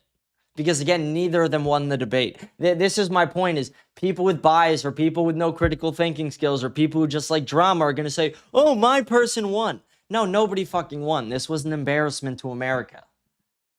PBD used cars. Dude, PBD is just I hated that he did this. Candace won by proving Michelle Obama has a 14-inch dick. See, at least that's a more intelligent comment than yours. At least that's more intelligent than your comment. All right, let's see what people are still saying. Just because you're happy your husband is dead doesn't mean you killed him. Okay, that's crazy. That's a good tweet by Brittany. We can give her that. Should we? No. Wait, is this actually true? A deleted scene from The Sick Mind available now on YouTube. Okay, we have to actually watch this. EDP made a video of people he wants to kill. I feel like we shouldn't do that this episode because it will take away from what this episode is. But we do have to address that at some point because that is funny. I saved that, right? Yeah. Candace made Andrew the most unlikable person I could think of. Tolerable.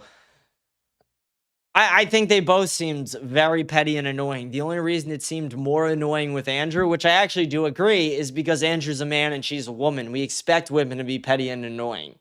It's men lowering themselves to become petty and annoying. That is just females' nature to be petty and annoying. That is within a female's nature to be petty and annoying. Andrew Wilson just lowered himself to do the same. So I do kind of agree, but at the same time, it's like they're both doing it.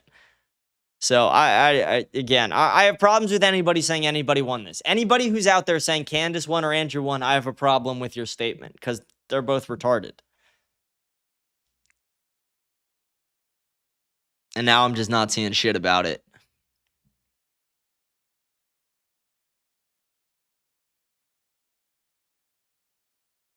Yeah, we're not getting anything more about it on the timeline. Okay, let's see if it's fucking trending now. If it's not, we will just sign off for the day. No. No. Nothing, like, nothing. I mean, here, we could click this.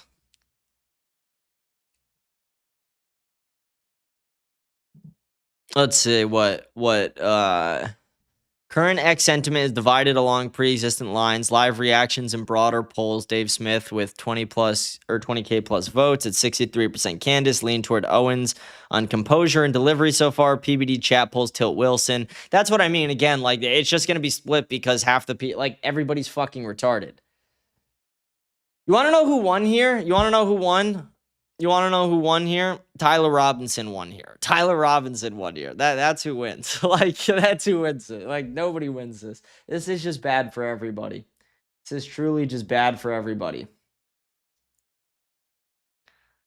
Anybody saying anybody won this is just retarded. Candace Owens started again, like, that's all you're going to see. You're going to see clips saying, oh, this person's on the edge of their, this person is losing. This person is losing their mind. This person can't stay composed. It's all just nonsense. Okay, kill yourself, Sneeko. A black woman is speaking. Listen and learn. Okay, how about find traffic and walk into it? Fuck you. Honestly, the deport Sneeko for everything else, I could have gone either way. That comment right there, send him to the gulag, please. Just send him off to the middle of the fucking ocean and let him figure it out. See, Dave Smith's poll has Candace a little bit ahead. Again, every statement is just going to be different. Candace Owens is a much better Jew than me. Who's winning the debate? Let's see. Like, it doesn't give you the option. Yeah, see, 83. But again, like, it's just going to be biased because it's like, who follows this account?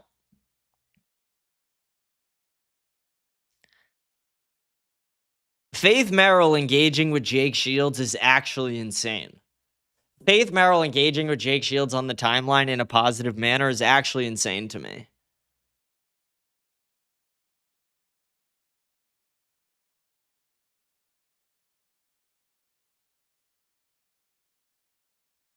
All right, I think that's gonna be it, right? I don't know. I mean, I feel like that was just a massive waste of everyone's fucking time. Sneeko's getting annoying already. I have Sneeko fatigue. Yeah, he should have been deported. Candace won 300,000. Yeah, I mean that's true. I guess. All right, they both robbed everybody. Everybody who donated to the Give Send Go, just know you got fucking scammed. You got raped. You got robbed. You got looted. You are a goyim. If you donated to this Give Send Go, you are an idiot. Kill yourself. You got scammed. No, it's just insane. This whole thing sucked, but I'm glad it happened. I'm glad that somebody did press her on it, but at the same time, it's like, I wish Andrew went in there with the mindset of, I'm going to prove my claims, not just disprove hers. Sure, disprove hers, but prove your own fucking claims. You didn't do that. Candace didn't do it either. You both suck. But yeah, I can only repeat myself so many fucking times. I'm going to sign off for the day. God bless you guys. Thank you guys. Happy Friday. Hope you guys have a great weekend. Please don't drink and drive, but if you do call your lawyer first, I do want to give a shout out to Corn-Fed Groiper for the 5 gifted, Jerp Shirt for the gifted, and Violent Wanker for the donation. Thank you so much. God bless you guys. You are what keeps the show going. Truly appreciate you guys. I will see you guys again on Monday. We'll be back to a normal schedule next week, 7 p.m. Eastern time, 5 days. All next week we will be doing the show. Very excited. I'll try and get a collab in next week as well. I'm not sure, but I was talking to Ceci earlier. We might have something in the works. I don't know what happened. We had something like a week and a half ago, then she fell off the fucking map. But we got something in the works. We'll see what we can get done. I want to talk to her about this Luigi Mangione thing and her being arrested or detained in D.C. I'd like to, hear about that a little bit. If you guys don't know, Ceci tried to throw a backpack full of dildos in the reflecting pool, got arrested or got detained by the National Guard. So I want to ask her about, what she thought she was going to accomplish with that. I'm curious with the liberal perspective, what she thought she was going to do. She was the revolutionary who threw the dildos in the reflection pool. It's like, they threw the tea in the harbor. She threw dildos in the reflection pool. She's the same as that. She's just like them, guys. She's just like them. No, it's crazy. But I want to find out what happened there. I want to hear about it. And I want to ask her about this Luigi Mangione thing because she is one of the women who is obsessed with him. It's crazy. Crazy stuff. But God bless you guys. Thank you for tuning in. Thank you for being fans of the show. Please remember to like, smash the follow button, leave a comment. We read all the comments at the end of each show. Rate the show 5 stars on Spotify. Follow on all platforms. Check out our Telegram channel by scanning the code up here, up in the corner. And check out our website as well, autv.shop, for all your America Unfiltered goods. autv.shop. God bless you guys, and I will see you guys again on Monday. Thank you.